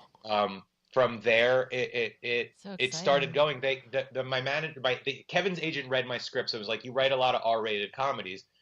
They're weird ones. I don't know if you can like be a huge writer, but you can. But we're gonna try. And I said, actually, I have this script that's definitely a family movie. I wrote a Muppet spec script in a couple of weekends. Do you want to just read it? And he kind of dismissed it. He's like, sure, send it. And he called me at the end of the next weekend, and he said, we can sell this. He's like, this is the most mainstream script I've ever read. Wow. It's hilarious. We can sell it. We're sending it to everyone in Hollywood. And that script was?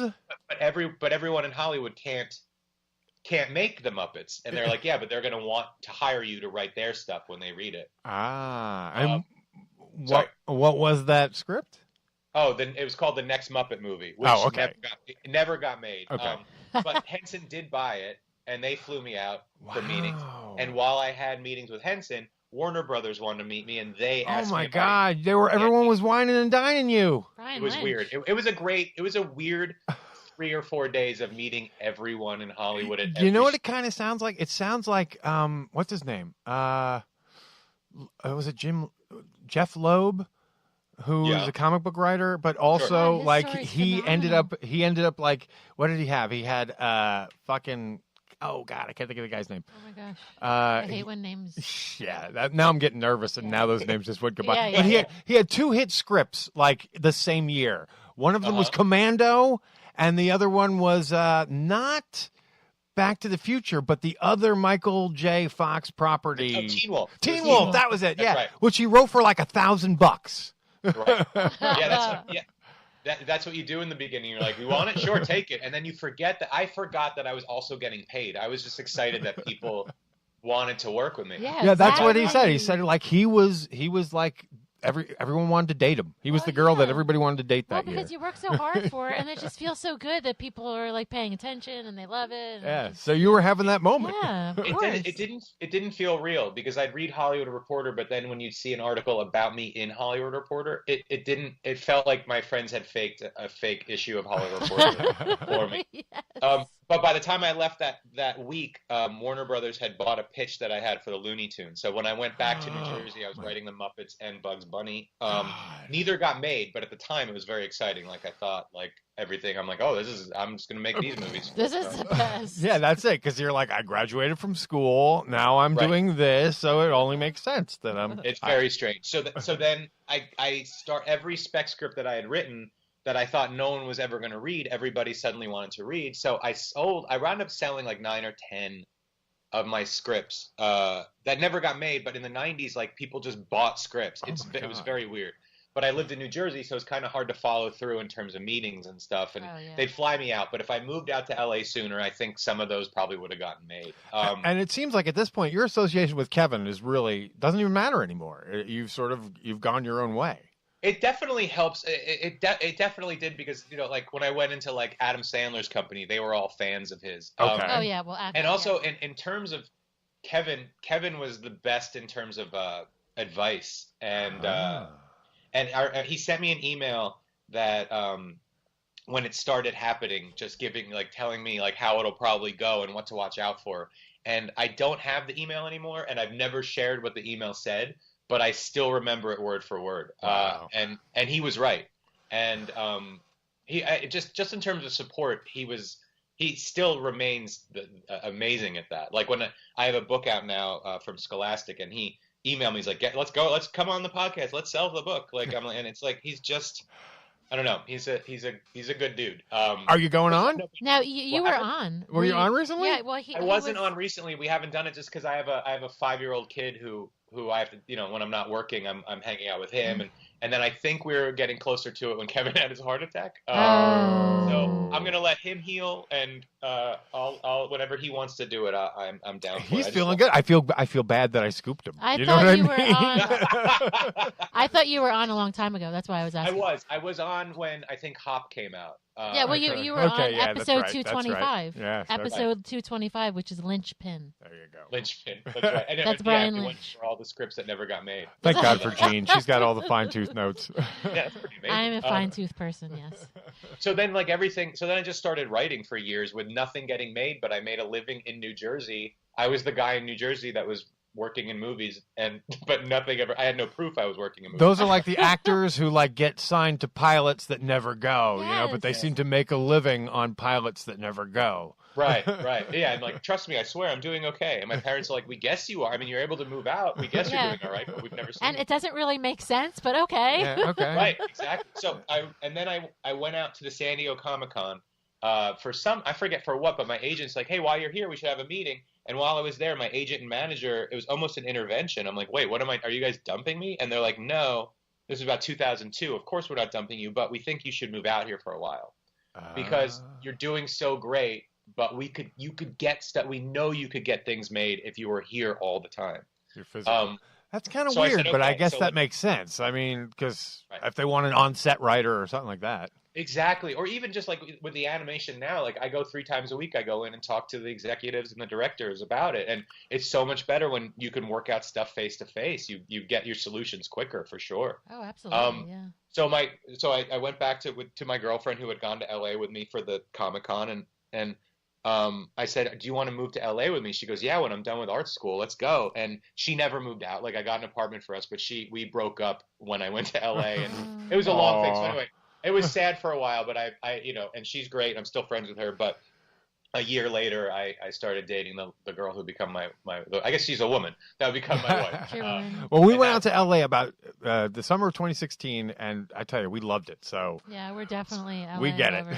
it. I'm so happy I did. My life would be. I don't know what I'd be doing if I didn't move out there, but I know I wouldn't be with my wife, and my kid wouldn't be here, and that's the worst. And let me say, your family is beautiful. Your son is gorgeous. Yeah, she just was saying that too. I was just telling him before. I'm like, his son. I'm like, don't say that. He'll just think you're kissing his ass. No. His son is like so adorable. Yeah, it's weird. He's got his mom's face for sure, but he is oddly cute. Like he's just a cute child, and he's got a weird personality, which I love. He's the best. He's just the best, and he's a great sounding board for the stuff I write. Like, is this funny? He's like, yeah, or no, it's not. So, oh my God, he must love all this. Hey, you kind of I assume it's you. You recently kind of pulled Scott Mosier into all this animation. I did. Stuff, that was me. I figured that. Yes. Yeah. See, you're the only one that put that one together. Oh no, I'm on top of a lot of this. He's I'm a huge fan. Is really what it is. Kevin. Have you had Scott on the show yet? No, but he's definitely one of those. It's you know, hard. We haven't had him and Jay, and I can't figure out why that hasn't happened yet. Yeah, we need to try. We have to get this. And Jay said he would. It's just a matter of Then he had his baby and that kind of stuff. So explain what you were just saying. Yeah. So Mosier, I work at Universal Illumination. I have for the last 8 years, I think 7 years, and they were working on Grinch, and they needed a producer, and I was like, I know, so it's like one of my favorite people. He produced Kevin's movies, and he'd be great. He came on board, and now he's co-directing the Grinch as well. So, so it's great because he's in France, but I do get to see him when he comes out to LA, and I get to see Scott Mosier more, which is always a good. Well, it's funny because it's like Kevin himself has not even said that it's the Grinch. Which is funny because you can go on IMDb and just look it right up. Yeah. So we've been... Well, now there's a trailer. The announcement for the trailer, his name is on it. Yeah. I wouldn't say it if I... Yeah. Oh, absolutely. Oh, but we were saying it for months. So. Yeah. Well, now the trailer's out. Yeah, the trailer's out. As soon as I see stuff on IMDb, I figure it's fair game. Yeah. It's going to be good. You know what? Each time they make it better. So I just expect a better one. The stuff I have seen it's my favorite version of the Grinch, and Yeah. Benedict Cumberbatch is my favorite Grinch now. Oh. It's fantastic. It's Can really I tell good. you this? So I love him. Yeah, she loves I him. can't even. I'm just so enamored by him that he could just like. We had just watched Desolation of Smog right before this interview. I mean, Oh, right on. It Are just you gonna ended. It sounds like you're going to be attracted to the Grinch. I think so. I sounds think like so. it. Yeah. Yeah, she I will don't be. think I've ever been attracted to the Grinch before. She's been attracted to a giant dragon. Why wouldn't she be attracted to the Grinch? I mean, Smaug. Everyone says it weird. Smaug, smog, Smaug. smaug. Yes. Whatever. It's a nonsense word. Are you into the Lord of the Rings movies or the Hobbit or any of them? I have seen the Lord of the Rings movies and the first Hobbit, and I had a kid right when they were coming out, the Hobbit, so I have not seen them yet. I haven't seen any movies. You'd be one of the few persons in the View Askew universe who cops to liking Who them. likes so them. No, so Oh, they're it's good. okay. The Lord of the Rings movies are fantastic. Yeah, they really are. Agreed. Okay, so wait, all right. So I got you to talk about Scott Mosier there, but so how did you finally get? When did you land that first? Like they made my script, like they actually did it. So you moved to L.A., I guess. The same thing happened. The two things happened on the same year, and it was weird. It was the executive that worked on the Muppets went to DreamWorks, and she brought me on to work on the story for Puss in Boots, and that was the first thing I started working on that got made. But Hop came out before it, even though I worked on it after. Okay. Hop was supposed to be a 6-week rewriting gig, and it turned into a 2-year job. Wow. Because I was on set and I worked on post-production as well. And that Hop went to the Minions ride at Universal Studios Hollywood in Orlando, which went to the Minions movie, which went to Pets, which went to Pets 2, which went to Minions 2. So I've not stopped working with those people since I started working on Hop. Yeah. And nothing but hits, as they say. I mean, let's face it. I mean, it's been wow. Chris Meldandri's the head of Illumination, and he is. I've learned. I mean, him and Kevin are the two that like I'm on Mount Rushmore of people that I'm learning from. Those are the two big heads so far. I have space for 2 more heads. But Chris he's amazing, and he assembles like these directors that I talk to like all week, and I'm just learning, and I think each movie I work on with them is just getting better, and I guess that's the direction you want to go in. You want to get better with each movie. So, I love this experience, and I love the people there. I get to make movies with my friends, and that's always been the case. Luckily. Yes. That right there, that's Kevin's philosophy: make movies with your friends. Right. It's fantastic. Ooh, speaking of which, I don't know if you've had the opportunity yet. Are you aware of the film Shooting Clerks? I have not seen it yet, and I love the trailer, and I've talked to the guys that made it. I can't wait to see it. Isn't it great? Cool. Oh yeah, I'm actually in it. I play Howard Stern in it. I know. I want to see. What do you do in it? What's your? I'm scene? just there for a moment. Like if you blink, you miss me. But I'm Howard. So like they kind of cut to, there's scenes where they show kind of Kevin's inspirations. And so I basically, I guess I'm on TV. I'm old Howard's, I guess, Channel 9 show or his other. Right. So I just cut away to me for a moment. It's basically the wig and glasses doing all the work. Well, it's the whole interview. It's the whole interview with Robert Rodriguez. Yes, that's right. That's who I was supposed to be. And I remember that. Like we are the same age, so I remember that interview. I do too. That's so crazy. To it at you the time. were playing the guy that was in that interview. Yeah, it's a trip. It's surreal. And I actually. Have you guys seen the movie? Oh yeah, I've seen it like 6 times, Oh, yeah, but we've not seen the most recent because they keep getting to add stuff. Right, and they've been on the show to promote it, Yeah. and so we've known them for a long time. Yeah. And it's so heartfelt, and I really think you'll love it. Dave Klein, actually, we saw it with him in Brooklyn. Actually, when you do see it, when Vinny is on the screen, because Vinny is in a bit of stunt casting. That was when I met Vinny. Because Vinny is asking about the cat. So, and that in real life, that was his cat. So it's a very meta moment. But sitting right behind him is me. I get to sit. And it was so cool because the guy, Ryan James, one of the second unit director, was like, well, if they have to cut Vinny to cut you. So as long as Vinny's in there, you're in there. And they're definitely going to cut Vinny because Vinny's. No, they didn't. They were definitely going to keep him. That's what I mean. They definitely would not. Vinny messaged me after he saw it, and he was just so elated. He loved it. So I I can't wait to watch it. Right. Yeah, they did an episode of the Comic Book Men about it, and Kevin was. I mean, we were there for that screening, but Kevin cried, and it was a whole. I can't imagine what that's like for Kevin of seeing a movie based on a part of his life. It's Right? it's got to be so mind blowing. Yeah. Well, so, They all work, to tell you the truth. Like even Brian Johnson, who's like you would think is the most jaded of all guys. Sure. He was a marshmallow. They all were sort of taken aback by how heartful it was. It's funny. Brian Johnson comes off as very, very sarcastic and cynical, but when he was in LA like the first 2 years that I was in LA, and we got breakfast every morning together, and he is the sweetest guy. He just doesn't want anyone to know it. It's really fun. Well, that we get then. He gave me advice with the girl that I married. I was just friends with her, really good friends, and he's like, I could tell you really like her. You should ask her out. I remember him texting me that as a night where all three of us were hanging out. I drove her home, and as I was driving home, he texted me, and he told me that I should ask her out. I think 2 weeks later, I did. And he was there for our first date, too. That's a Kevin Smith story, too. That's a good story. There you go. Awesome. Tell it. I love it. He was doing, my wife's name is Carrie Beck, and she's an executive. She was at MTV Films, and I met her on a project to adapt a comic book called Did she know Andrew? Because Education Andy worked for MTV for many years. I don't think I'll ask her when she comes home. Yeah. But she and I became friends while working on a movie that didn't get made. But she's really fun and nice, and I became like best friends with her before we dated. And Johnson was like, "You like her, or you should if you don't." And I'm like, "You should." And I was like, "I'm gonna ask her out if you don't." Yeah, that's true. But no, I think he was dating Suzanne. I think we're okay. I think he was not. He was okay. He was with Suzanne forever. I don't know. I think they're still together. I don't know. That's a good question. Yeah.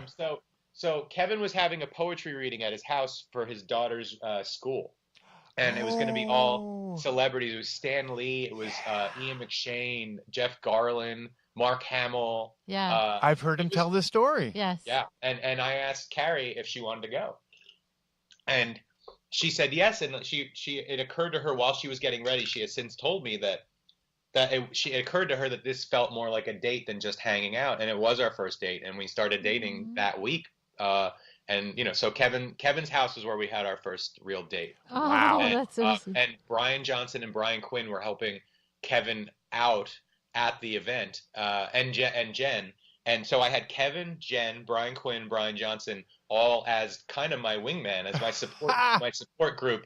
And so I had all these four people that I love and that always look out for me, and they were good. They were there for me. It was That's really so nice. Amazing. Yeah, it was cool. That's a great story. And meanwhile, like your first date, you can't get much. Isn't like J.J. Abrams there and all these like. He was. That's why Kevin tells that story. I remember we first realized we liked each other while Ian McShane was doing a poem in the background. So like Ian McShane's voice is the soundtrack for us liking each other. My it God, was a great night. And Muse was there too. Muse was so nice, and it was just. Yeah, it was a nice time. Whenever we go back to his house, we're like, yeah, that's where we had our date. But here's the biggest question: what do you do for a second date? I know. How do you top that? What was our second date? Oh my God, I don't know. I don't know. You don't even remember. Nothing's gonna top that. I mean, God. There was one though. I'm sure there was. Carrie did tell me my favorite date. Her favorite date she's ever been on was not that one. It was when we went to the Muppets had an event on the Jim Henson lot, and it was a live Muppet show. Oh wow! So that's the only thing that may have topped that date. That's literally the only thing. I could see that. That would have been. And also, I should say that she knows me. She wanted that first meeting with me as an executive because of that Muppet script. And I was going to say, and you're there because of a Muppet script you write. Right. And now she works with Frank Oz occasionally because she co-created the Star Wars Rebels show, and Frank Oz. So how was that the Star most Wars commercial Rebels. thing you ever wrote? That's awesome. How did you was it literally like a beat by beat script? Oh yeah. Yeah. So it was very much inspired by Wayne's World. Like I wanted to just plop the Muppets in a pop culture, almost parody movie where like we celebrated who they were, but still kind of put them in a modern setting because I hadn't seen it yet. And it was the Muppets were dormant for a really long time, and this was my attempt to try and make them modern again. I mean, obviously since then Jason Segel has done it great, and James Bobin did it with the Muppets Most Wanted, and Muppets from Space even did it. That came out right Hang on. I think you just blew my mind for a second. Did you just say your wife also writes for Star Wars Rebels? Well, she co-created it. Oh. Yeah. Dude, I've been watching that show like a my God, we're like love fiends. that's like my I'm sorry. favorite Star Wars right now. We Like got of into, like, a all zone. Star Wars Rebels, like I've been watching it like crazy. I love it. I'll tell her when she can tell me. She can make it. Dude, I'd love to have her on. We would love to talk. I can arrange that for sure. Thank you. Yes, She's made one of the most stable. I mean, Hera is the most stable character in the Star Wars universe. She's brilliant. She's and amazing. genius. We would love to have her on. It's mine too, because she's so like, wow, finally an unflawed character on this place. You like said it, and Scott didn't hear you, and I I did, literally and took she's the like- headphones off. I went up to him, and I like was making, and he just was like, I "What?" would, Yeah. I started this. And I'm like, no, you can't like just graze over that because that's like been your life for like the past. But it's all, there's other things that I like about it. Like I love how they take old toys and stuff and basically make them canon by putting them in the show and things like that. It's just brilliant. Yeah. They love Star Wars and they love everything about Star Wars and they kind of celebrate it without making it like a fan fiction-y feel. So It's great. She co-created that with another guy. Was he the With guy Dave Filoni, who did Clones, right? I believe with Kiri Hart as well. I think she created it too. Yeah, Carrie was the executive on it since from the beginning to end. She works on all the TV. Oh my gosh, this is phenomenal. That's amazing. It's such a great show. Sorry to totally geek out. You're like geeking out on your wife now, but that's okay. We could do a podcast where I just talk about my wife. I'm a huge. And she's beautiful. And you have this is so great. I love it. Oh wow. So yeah. Well, we love her work too. She's got. I'll play this part back for her. She's gonna love it. Oh, I hope so. But like, what did we like? You were saying so much, and then we were busted talking in. about basically he was writing a script and how he put it. You know, he wanted to make it like another script that he loved. Right. And then somewhere along the way, you mentioned Rebels and blew my head. Yeah, no, I wanted to make it. I mean, Wayne's World in college was my movie. Like I watched that a billion times. So when I finally sat down to write the Muppets, it was definitely. It's almost like it's supposed to take place in the same universe as Wayne's World. Like I had that mentality. So at the time, and when I made the rounds and sold the spec script, that was very popular kind of humor, and I wish it would be again because I love it so much. Yeah. Hey, have you been down to the Scum and Villainy bar yet? No, not yet. I have a kid, so I haven't done anything. Oh yeah, well he's little, right? Because yeah. I believe one of the other co-creator of Star Wars Rebels is a big hang-arounder down there. Well, yeah, I'm but sure. yeah, it's hard when you're a little guy. I should go. I think all the Star Wars stuff I do is like kid friendly. Like we just took Henry on Star Tours on the Disney. But if you watch the first Rebels, they inserted the Star Tours ship and the Pee-wee robot right into the show. Yeah, this interview has gone, and that makes it canon. It's so neat. This interview has gone. He was doing the voice. Yep. That's so you're talking to a geek here. No, the show is phenomenal. Yeah, the show is phenomenal. We love it. Yeah, it's cool. So it's totally gone the Rebels route now. Yeah, we derailed. We love it. We love your wife. We love the show. Yeah. All right. Back to. I love my wife and my show. Yes, you do. All right. What was your reaction to? Because everyone's going to want to know. What was how did you get involved and get Minions? And how was your reaction to that opening day? Oh, that was interesting. I was on Minions from the very first day we talked about a Minions movie. So I got to be there for the highs and the lows of that one, and it felt like when we were making it, it felt like only 5 people were making that movie, like in terms of, because it's just us in a room talking about what we find funny. Yeah. And then, then they bring in the insanely talented artists and animators, and eventually it's 100 of your friends making a movie and 1,000 of your friends making a movie, but it's still, that movie still feels very weird and very personal. And so I didn't know what it would. That's such an interesting. I never expected to hear that. Yeah, that's such an interesting. The personal part. Yeah. Well, there are jokes in that movie that are very much me, and I'm the only credited writer. I'm the writer on it. But at the same time, you have to please like a lot of people while you're making that movie, and we have test screenings and we change it. But there is still weirdness in that movie that seeps in, and I'm very proud of it. I'm very proud of that movie because it was a hard one to make. First of all, because your leads don't really talk, so it's hard to establish any kind of character arc. Yeah. But we did. I mean, by the end of that movie, you love those three main guys. So I didn't know how it was going to do. I really didn't. I didn't know if people were going to go see a movie without Gru because I thought Despicable Me, you need that main guy that. Yeah. Yeah, because Gene, for example, is a big. See, it's weird. Him. Like your kid movies came just as our kids got out of kid movies. It was just Jean got some of the tail end because our daughter's a little younger. Oh, I loved all of it. Yeah, so she got Despicable Me, and Despicable Me just sucked me right in. Yeah, I loved everything. I loved the Minions, but the Minions were the little extra. And you could see going like people are gonna like Minions are gonna be the love. It's gonna be a love-hate thing. Right. People are gonna love this, or they're gonna hate it. So I could see you being like, "Oh boy, I hope nervous. this works." Like nervous, yeah. I was, and the first time I was like, oh, maybe a lot of people are going to see this movie was we had our first test screening.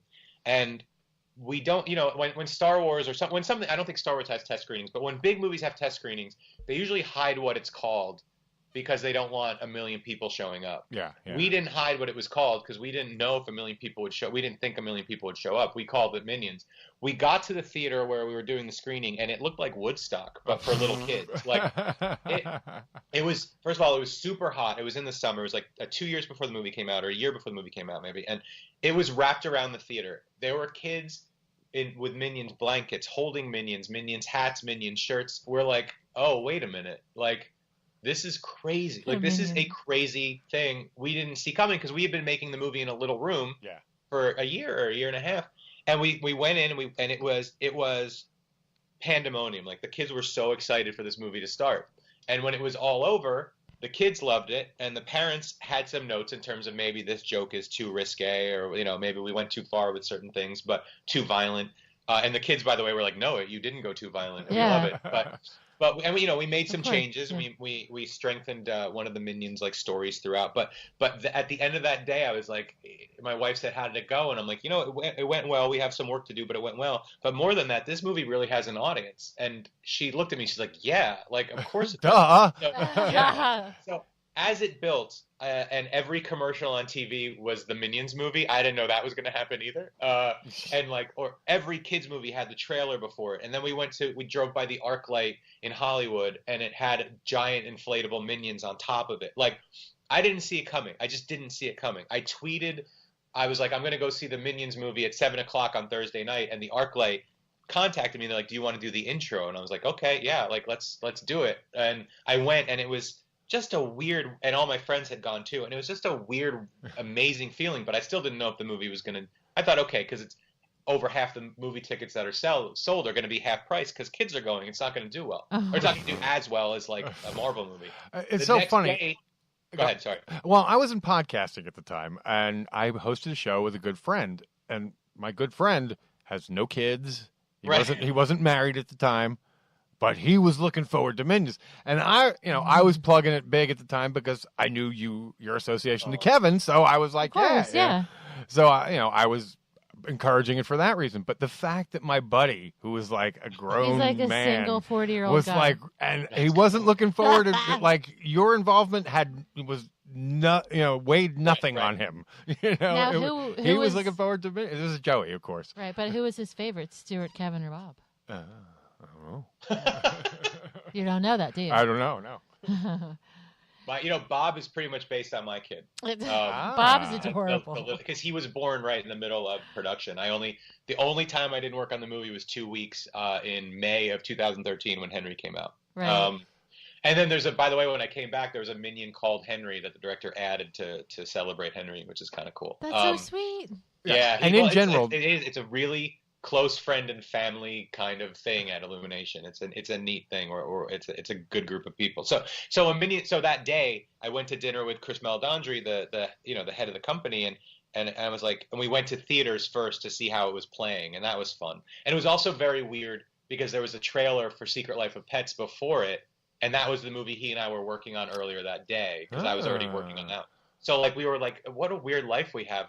We're celebrating this movie today that came out but we also are being reminded that we have to get back to work because the other movie is being advertised. There's so no we rest were going for to the dinner, and he's getting the box office, and he's saying, okay, it's making this much. He's like, well, that's more than we thought. That's more. And then we got the cinema score for it, which is, I guess, like the exit poll in terms of what you thought about the movie. Yeah. And I was like, it's an A. And he's like, well, that's like gonna double the money we make then. Wow. Because we please the audience. And I was like, no way. And then by the end of the weekend, it was, I think it's. It was like the perfect storm.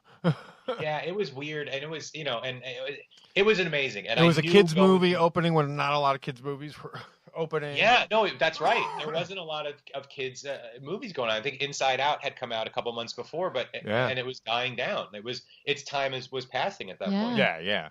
And I knew at every point of every step with Minions, I was like, this is a special thing. Like, it really is. This is not going to be this way for every movie. Yeah.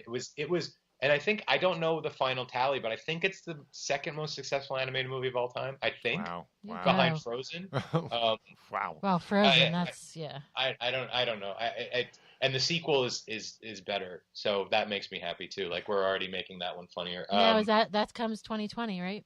That's 2020. I think Exciting. July 4th, which is July 4th. That's insane that I have a movie coming out on July 4th weekend. Like, that's crazy. Yeah, that's huge. So before that, though, The Secret Life of Pets 2, am I right?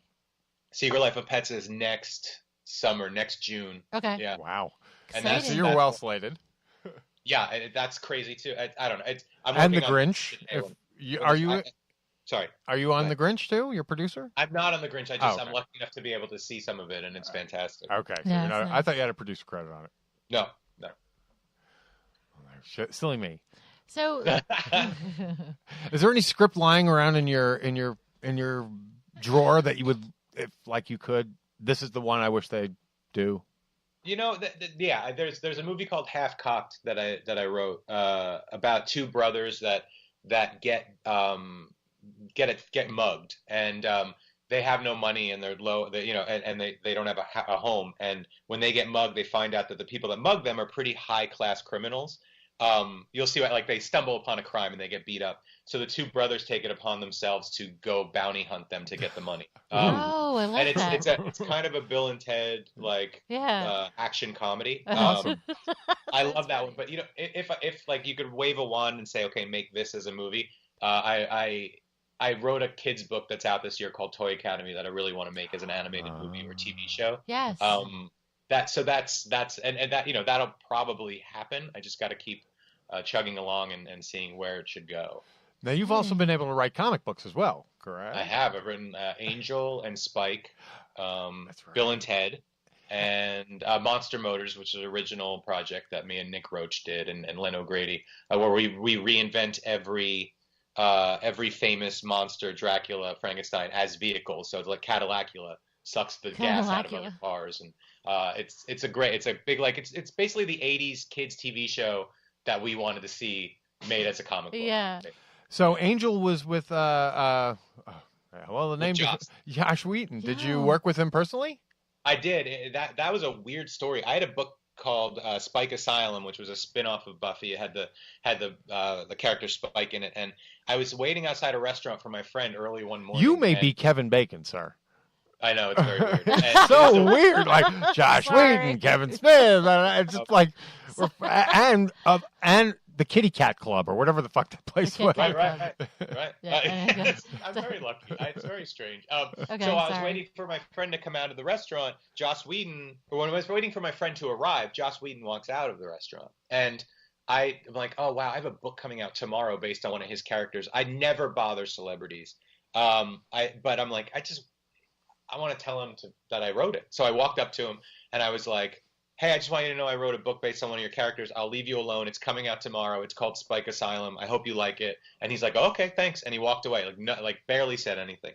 And my friend got there and I'm like, I think I embarrassed myself in front of Joss Whedon. And he's like, don't worry about it. So of course, but I worried about it because I worry about everything. The editor got an email from Joss maybe a month or two later saying he read it because he met me and he liked me and he read the book and he's like, oh my God, he has the voices down. Would Brian do an Angel season 6 comic with me? Co-write it. We'll plot it out and then Brian will go script it. So then we met at that same restaurant and worked on it. That's right, because you felt like the show didn't end right, or it didn't get a chance. Right. It ended very abruptly. Yeah. So I got to work on the show or the movie with him for like 17, 18 issues. It was a great time. It was really fun. That is wow. Man, you are like the You're center like the of Renaissance show man over Yeah, here. you are a Renaissance man. I You're love this. Like Kevin.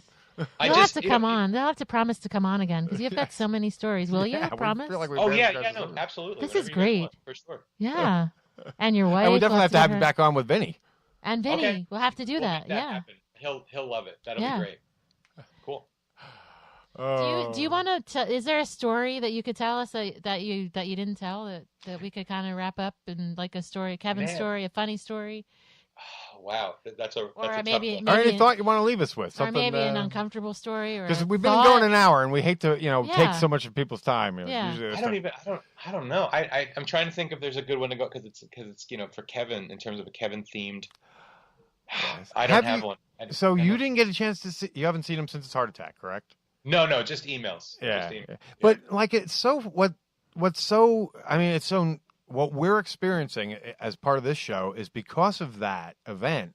It seems everyone has sort of remembered how much they love Kevin. People are reaching out to and us. I guess it's sort of forgot. They sort of forgot, and then when you almost lose somebody, like everybody sort of all remembers, and it's been a byproduct. Like we've felt the feeling, like because everyone's looking, they're finding this show, they're finding all kinds of stuff. And they're reaching out because they're telling stories about Kevin, and they love to hear stories about Kevin.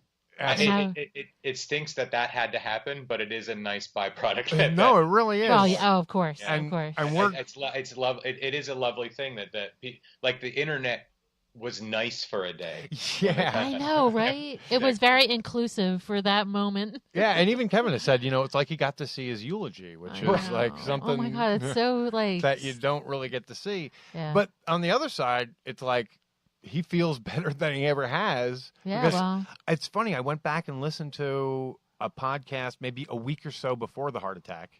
And he literally complains about feeling run down and tired. Probably, And, like his mojo's off. And but they unblocked him, and he's like has a new lease on life now. He can breathe again. He can get blood to his brain. Oh my God! Imagine what happens. Isn't that weird that was happening all this time? Yeah. And so he feels great, and everyone's like, "You need to rest." No resting. Disneyland yesterday. He went to Disneyland. Yeah, he did. That's right. I got to read the Jay and Silent Bob reboot, by the way, and I hope. See, now that's a story. You got one right then. I don't know what I could give away, but it is so. It is so funny. It is so funny. I love it. I love that he wrote those characters. I love that they're back. He didn't. The voices. He has not missed a beat. I hope he gets to make it. I hope he makes it. Brian O'Halloran, I believe, said the same thing too, because he got to read it as well. It's great. It's fantastic. It really. And I hope any script involving that world that he doesn't get to make as a movie, I hope he does it as a comic because I miss those characters, man. Me too. It's just cool to hear their voices again or to read their voices on the page. It's really neat. So the next production of Brian Lynch's that we will see out there will be which one? I have another Toy Academy book coming out next spring. Okay. Nice. And the first one's available now, like wherever books are sold, every bookstore and Amazon and Barnes and Noble. It's a kid's book. And yes. What happened? A children's book, you said? It's a children's chapter book. It's okay. Oh, nice. Okay. Like So like Harry version. Potter, more. Yeah. It's a secret school for toys. It's the school toys have to go to before they go to stores, basically. Oh, nice. How did I not know about that? I don't know. I don't know. Okay, well, it's on my radar now. It's really good. I think it's pretty great. It's like action figures learn how to fight, and plushes learn how to cuddle, and you can major in being a collectible if you want. It's kind of cool. Like kids, I'm finding a lot that kids are loving it because the characters, but the parents that are reading it really like it because I reference or I parody and different toy lines that we grew up with, like action figures we liked. Right. Like there's the character there's the action figure that never gets released, like the Boba Fett one, and it's bitter. Like that's cute. Did he have the J lock or the other one? So that's really great, and that came out in December, and you can get that now. And the second book is next spring, and then Secret Life of Pets is next summer. Secret Life of Pets 2 And that's really funny. I hope you guys like that. And then Yeah. Minions 2 is the year after that. Well, Would the there be first one was so audiobooks fun. of the chapter book? I know it's. There is an audiobook right now. It's Oh, out. Yeah. It's an- oh, awesome, cool. Because we have Audible as one of our sponsors, Yeah. so we can plug So that. check out Audible, guys, and get the audiobook as well. Yeah. Oh yeah, please. I hope you like it. Let me know if anyone, if you guys read it or if anyone reads it. Well, Let me know. and shout If out. it's on Audible, it's as good as listened to on this end. Right, and shout out Brian on That's Twitter and let him know you love it too. Yeah, I consume audiobooks like crazy. Yeah, Oh, audiobooks good. are the best. Cool. Let me know what you think. I Oh, hope you definitely will. I definitely We will. Thank you. Cool. All right, everybody, we're so happy to have on Thanks, today Brian. Mr. Brian Lynch. You can check him out there on Audible, on wherever you get books. What's the name of the book one more time?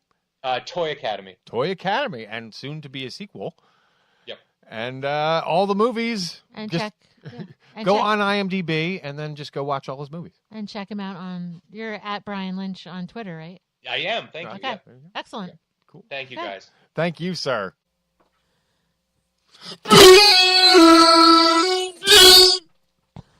Yes, we're coming out of another mix here on 105 Brian Lynchville. I don't know what I'm talking about.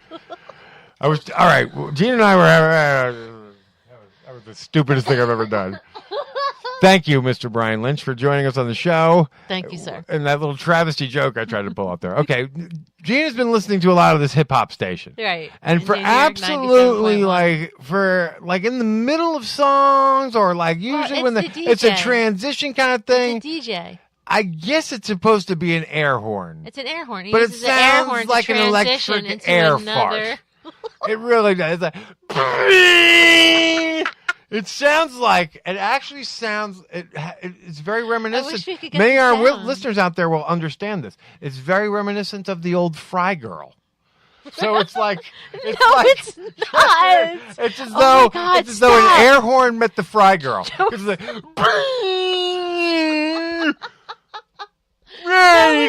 Friday. No, it's not. Yes, Fry Girl. So yeah, that's what it reminds us. So this air horn. We have to find the sound effect so I can start incorporating into the show. So, but thank you so much. You know what? I'm messing myself up now, doing other people's stupid shticks when I should be doing my shtick, which is this. Thank you, Mr. Brian Lynch, Is that for joining us Ready? today on the show. Hang on, no, let's at least. You could at least wait appropriately until the end of the applause. it? Yes, I'm sorry. Anyway, the air horn. Again, love to have your wife on, sir, and love to talk Star Wars. Yes, and when Star Wars that would Rebels. be a And lot when we of fun. do, we will definitely have Miss Yeah. Danielle Ryan join us as Yes. part of the interview segment. So That sounds like a good time. yes, there'll be a lot of Star Wars geek talk on Yeah, that show. that would be. Everyone's going to go, hey, what's the connection to Kevin Smith? You do know that Kevin Smith wrote about Star Wars in Clerks and therefore, ensured himself a place in pop culture. So Correct. Star Wars still works.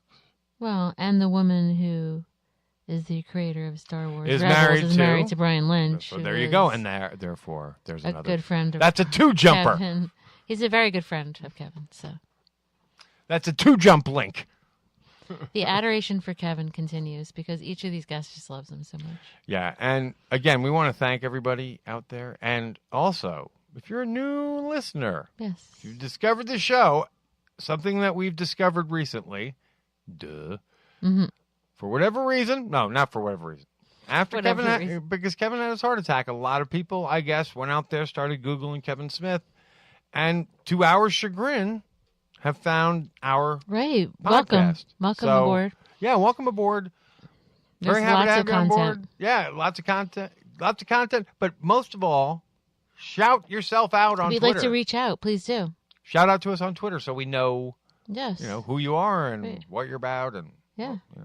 Questions or whatever. Yeah, 'cause Anything you want to hear. that's sort of, how we establish our relationship with our Correct. various listeners in the world. So Yes. And there's lots of shows to listen to. Yeah. You can also go to YouTube and check us out too if you like. yes. And there's some Kevin shows coming up as we talked Yes. about on the Smed lines Yeah, go to SMod. You can go to SMod and check out all of the tour dates. Yes. You know what? I'm fried. I It's am been too. a very long weekend. I We've am had a too. great weekend. Yeah. We've met We met some really cool people Some last really nice night. people. Well, first we went to one party. Last We went night to was two parties amazing. last night. We went to one party, then we had to go to another party. Yeah, I'm pretty tired. Last night was Much amazing. later part. But was yeah, so much and at the fun. second party, we bumped into a whole another niche of podcasting that not that we didn't know existed, but we just hadn't really thought of much. Crazy shit. So more on that to come. So Yes, the world of podcasting holds surprises in every Yes. area. Yeah, it was just neat to and I also want to send a shout out to my buddy Keith Zuccolo, who we saw today. Yes. We did some Thank you catching up. for catching up and sharing with us. Yeah, some- he had a rough year last year. Some rough so things. we hope that maybe in Yeah. some way the show can help Yeah. make his life a little better this And year. if we can help in any way, we're always here. Yes. And his lovely But it was wife, nice Jen, seeing him. Yes. Who has not? She's aged like a bit. Yeah, she's like fucking Frodo Baggins. She's so pretty. She's like that Yeah. guy, man. She's just. She really is. She has pretty skin. She's just a pretty smile. She's She always pretty looks girl. the same. She's the same shape, same size. And she said the same to me. She's like, "You still look so young." Hey, she told me I look skinny, and I like that too. I so. know. Well, she said, "Yeah, because you did." Yeah, she hadn't So seen she me in a said, "I mean, all of us felt so great leaving," and I was like, "And Keith always looks good because Yeah. Keith's pretty hot." So that's all. And many of you That's go, all I'm who's gonna say. Keith? He's a dear friend of mine. We were in a Don't be band. embarrassed We if were you in a listen band to this, together Keith. I'm sorry. for a while. Also, and when you hear the closing theme, he is the guitar player, and that's the band. Yeah, and he has a nice looking wife, and they're a nice Yeah, looking couple. he's also been on the show at least once. I'm pretty sure. Yes, and they do like a dog business, dog sitting, and all that stuff. Yeah, so it was nice catching up. So Yeah, just a good Oh my day. God, it was fun. It was We had a nice... crazy weekend. We had, we had Bob Yeah. Hawk's 80th birthday party. Right. We had all kinds of stuff. Right. It was lots Right. of fun.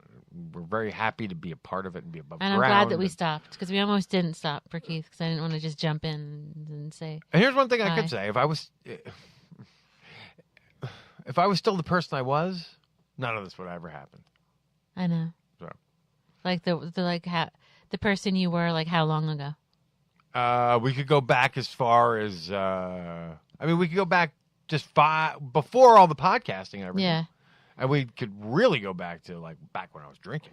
Yeah. And that shit none of that No, because none of the thoughts are really like positive thoughts when you're drinking. No, but you don't get up off your ass. You rarely get off the bar stool to actually get shit done. When You're just thinking about the next drink or Yeah, whatever. yeah. That's it. It's Well, I was. Yeah. And then that was That's like our experience. Yeah, it's Yeah. it's like being on a radio show where they play stupid air horns. Yes. Oh my God, that's like the hip hop station. What's going on, DJs? I love it though. I get so energized by you I guys. know, love I know, you guys. I know you enjoy the whole thing. Oh my so. God, I totally love the whole vibe of hip hop.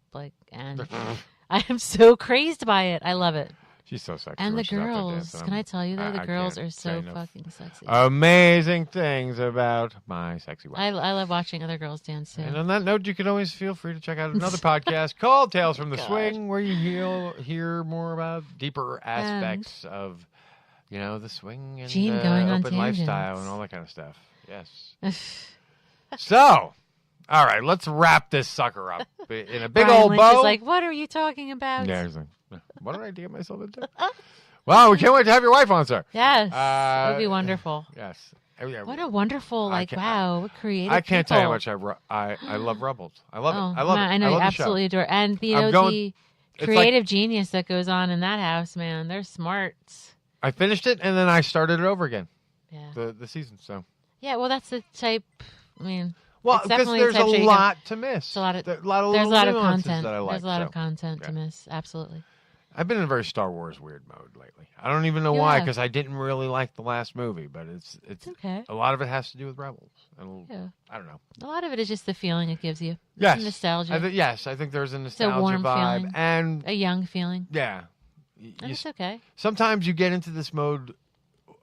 These fuel creative bursts. Right. I say just go with it. Yes, I always do. Yep. I always go with it. Just I'm taking go. my cock out and jerking off because I'm going with it. You do that, baby. No, I'm not.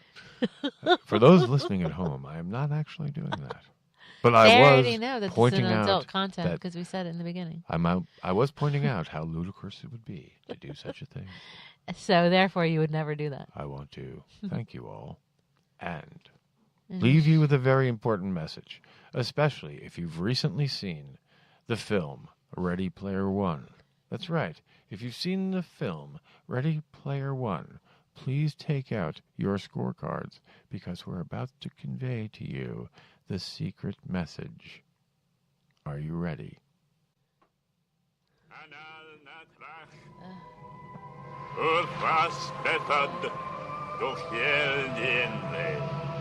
That's right. All you need.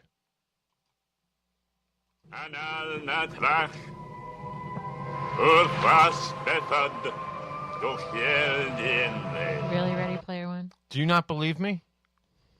Really, Ready Player One? Really? You still don't believe me? Well, then this one should nail it. Now, Nafra, Ulfas Bethod, Dochiel Dienve. Holy shit. Charm of making, bitches. It is a charm of making. I There's dreamt too of the much of dragon. that going on, okay? I have awoken him. Shut the fuck up. Can't you see all around you the dragon's breath? Okay.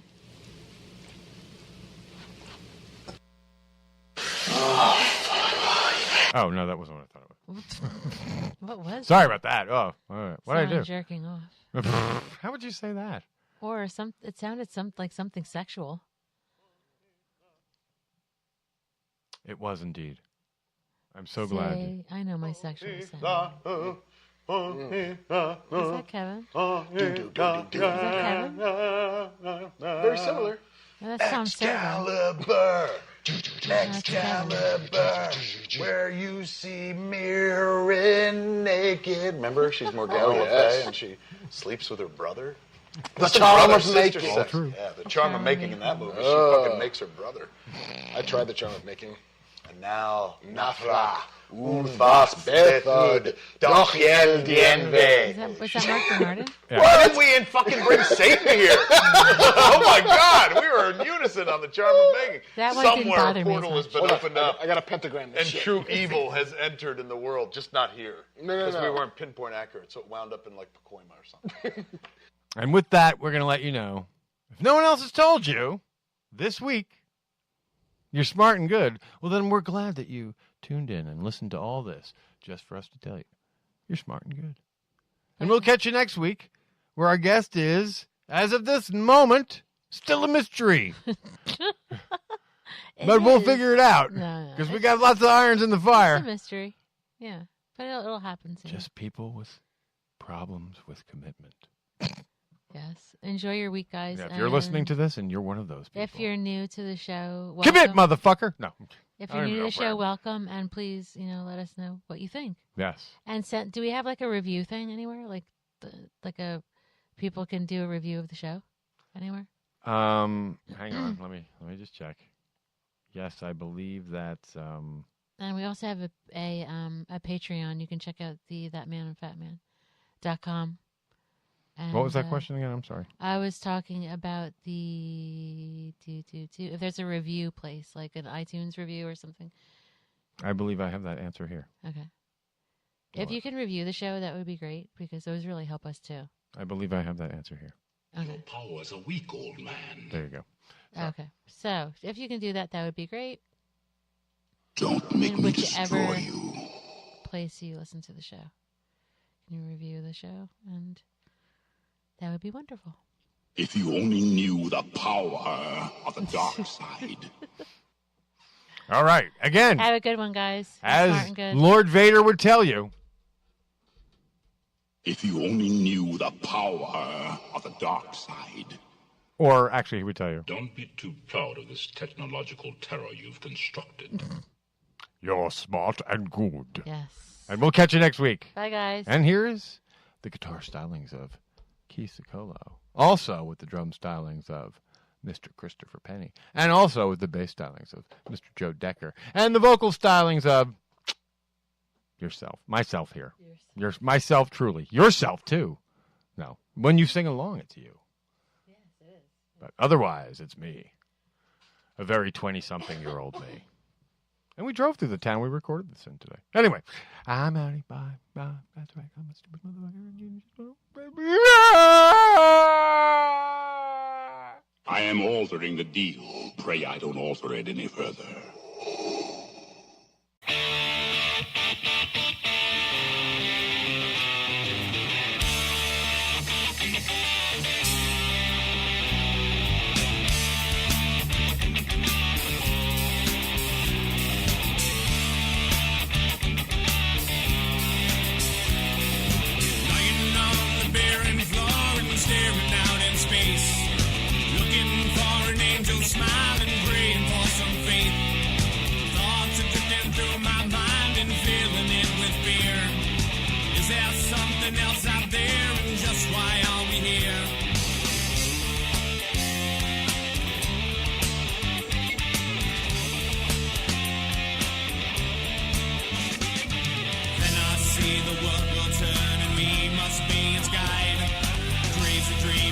nonsense schemes, dawn comes, we must reply.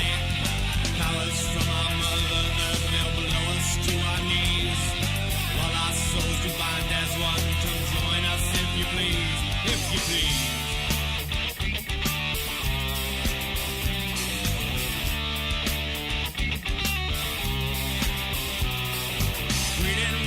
One by one and smirking like a thief, sleeping through another night and deepening our peace.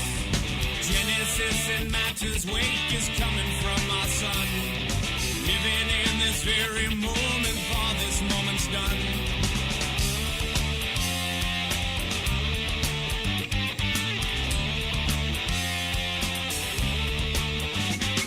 But now I see the dawn will come and we are guide. Crazy dreams and nonsense schemes, the Godhead in the skies. Powers from our mother earth is all we'll ever be. All our souls do bind as one, come join us if you please, if you please.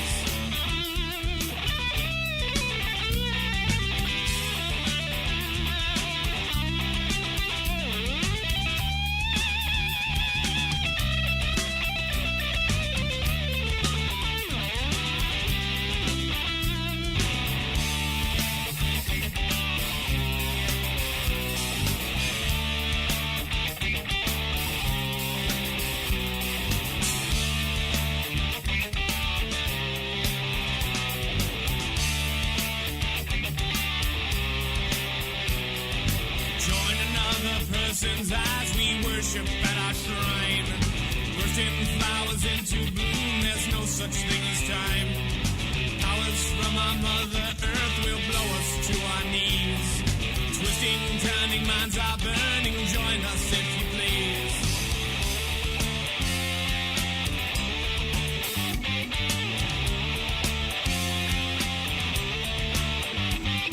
And now I see that I am just beginning its demise. Flashing bits of comic light that vanish from the skies. Powers from our mother earth is all we'll ever be. All our souls do bind as one, come join us if you please, if you please. If you please. If you please.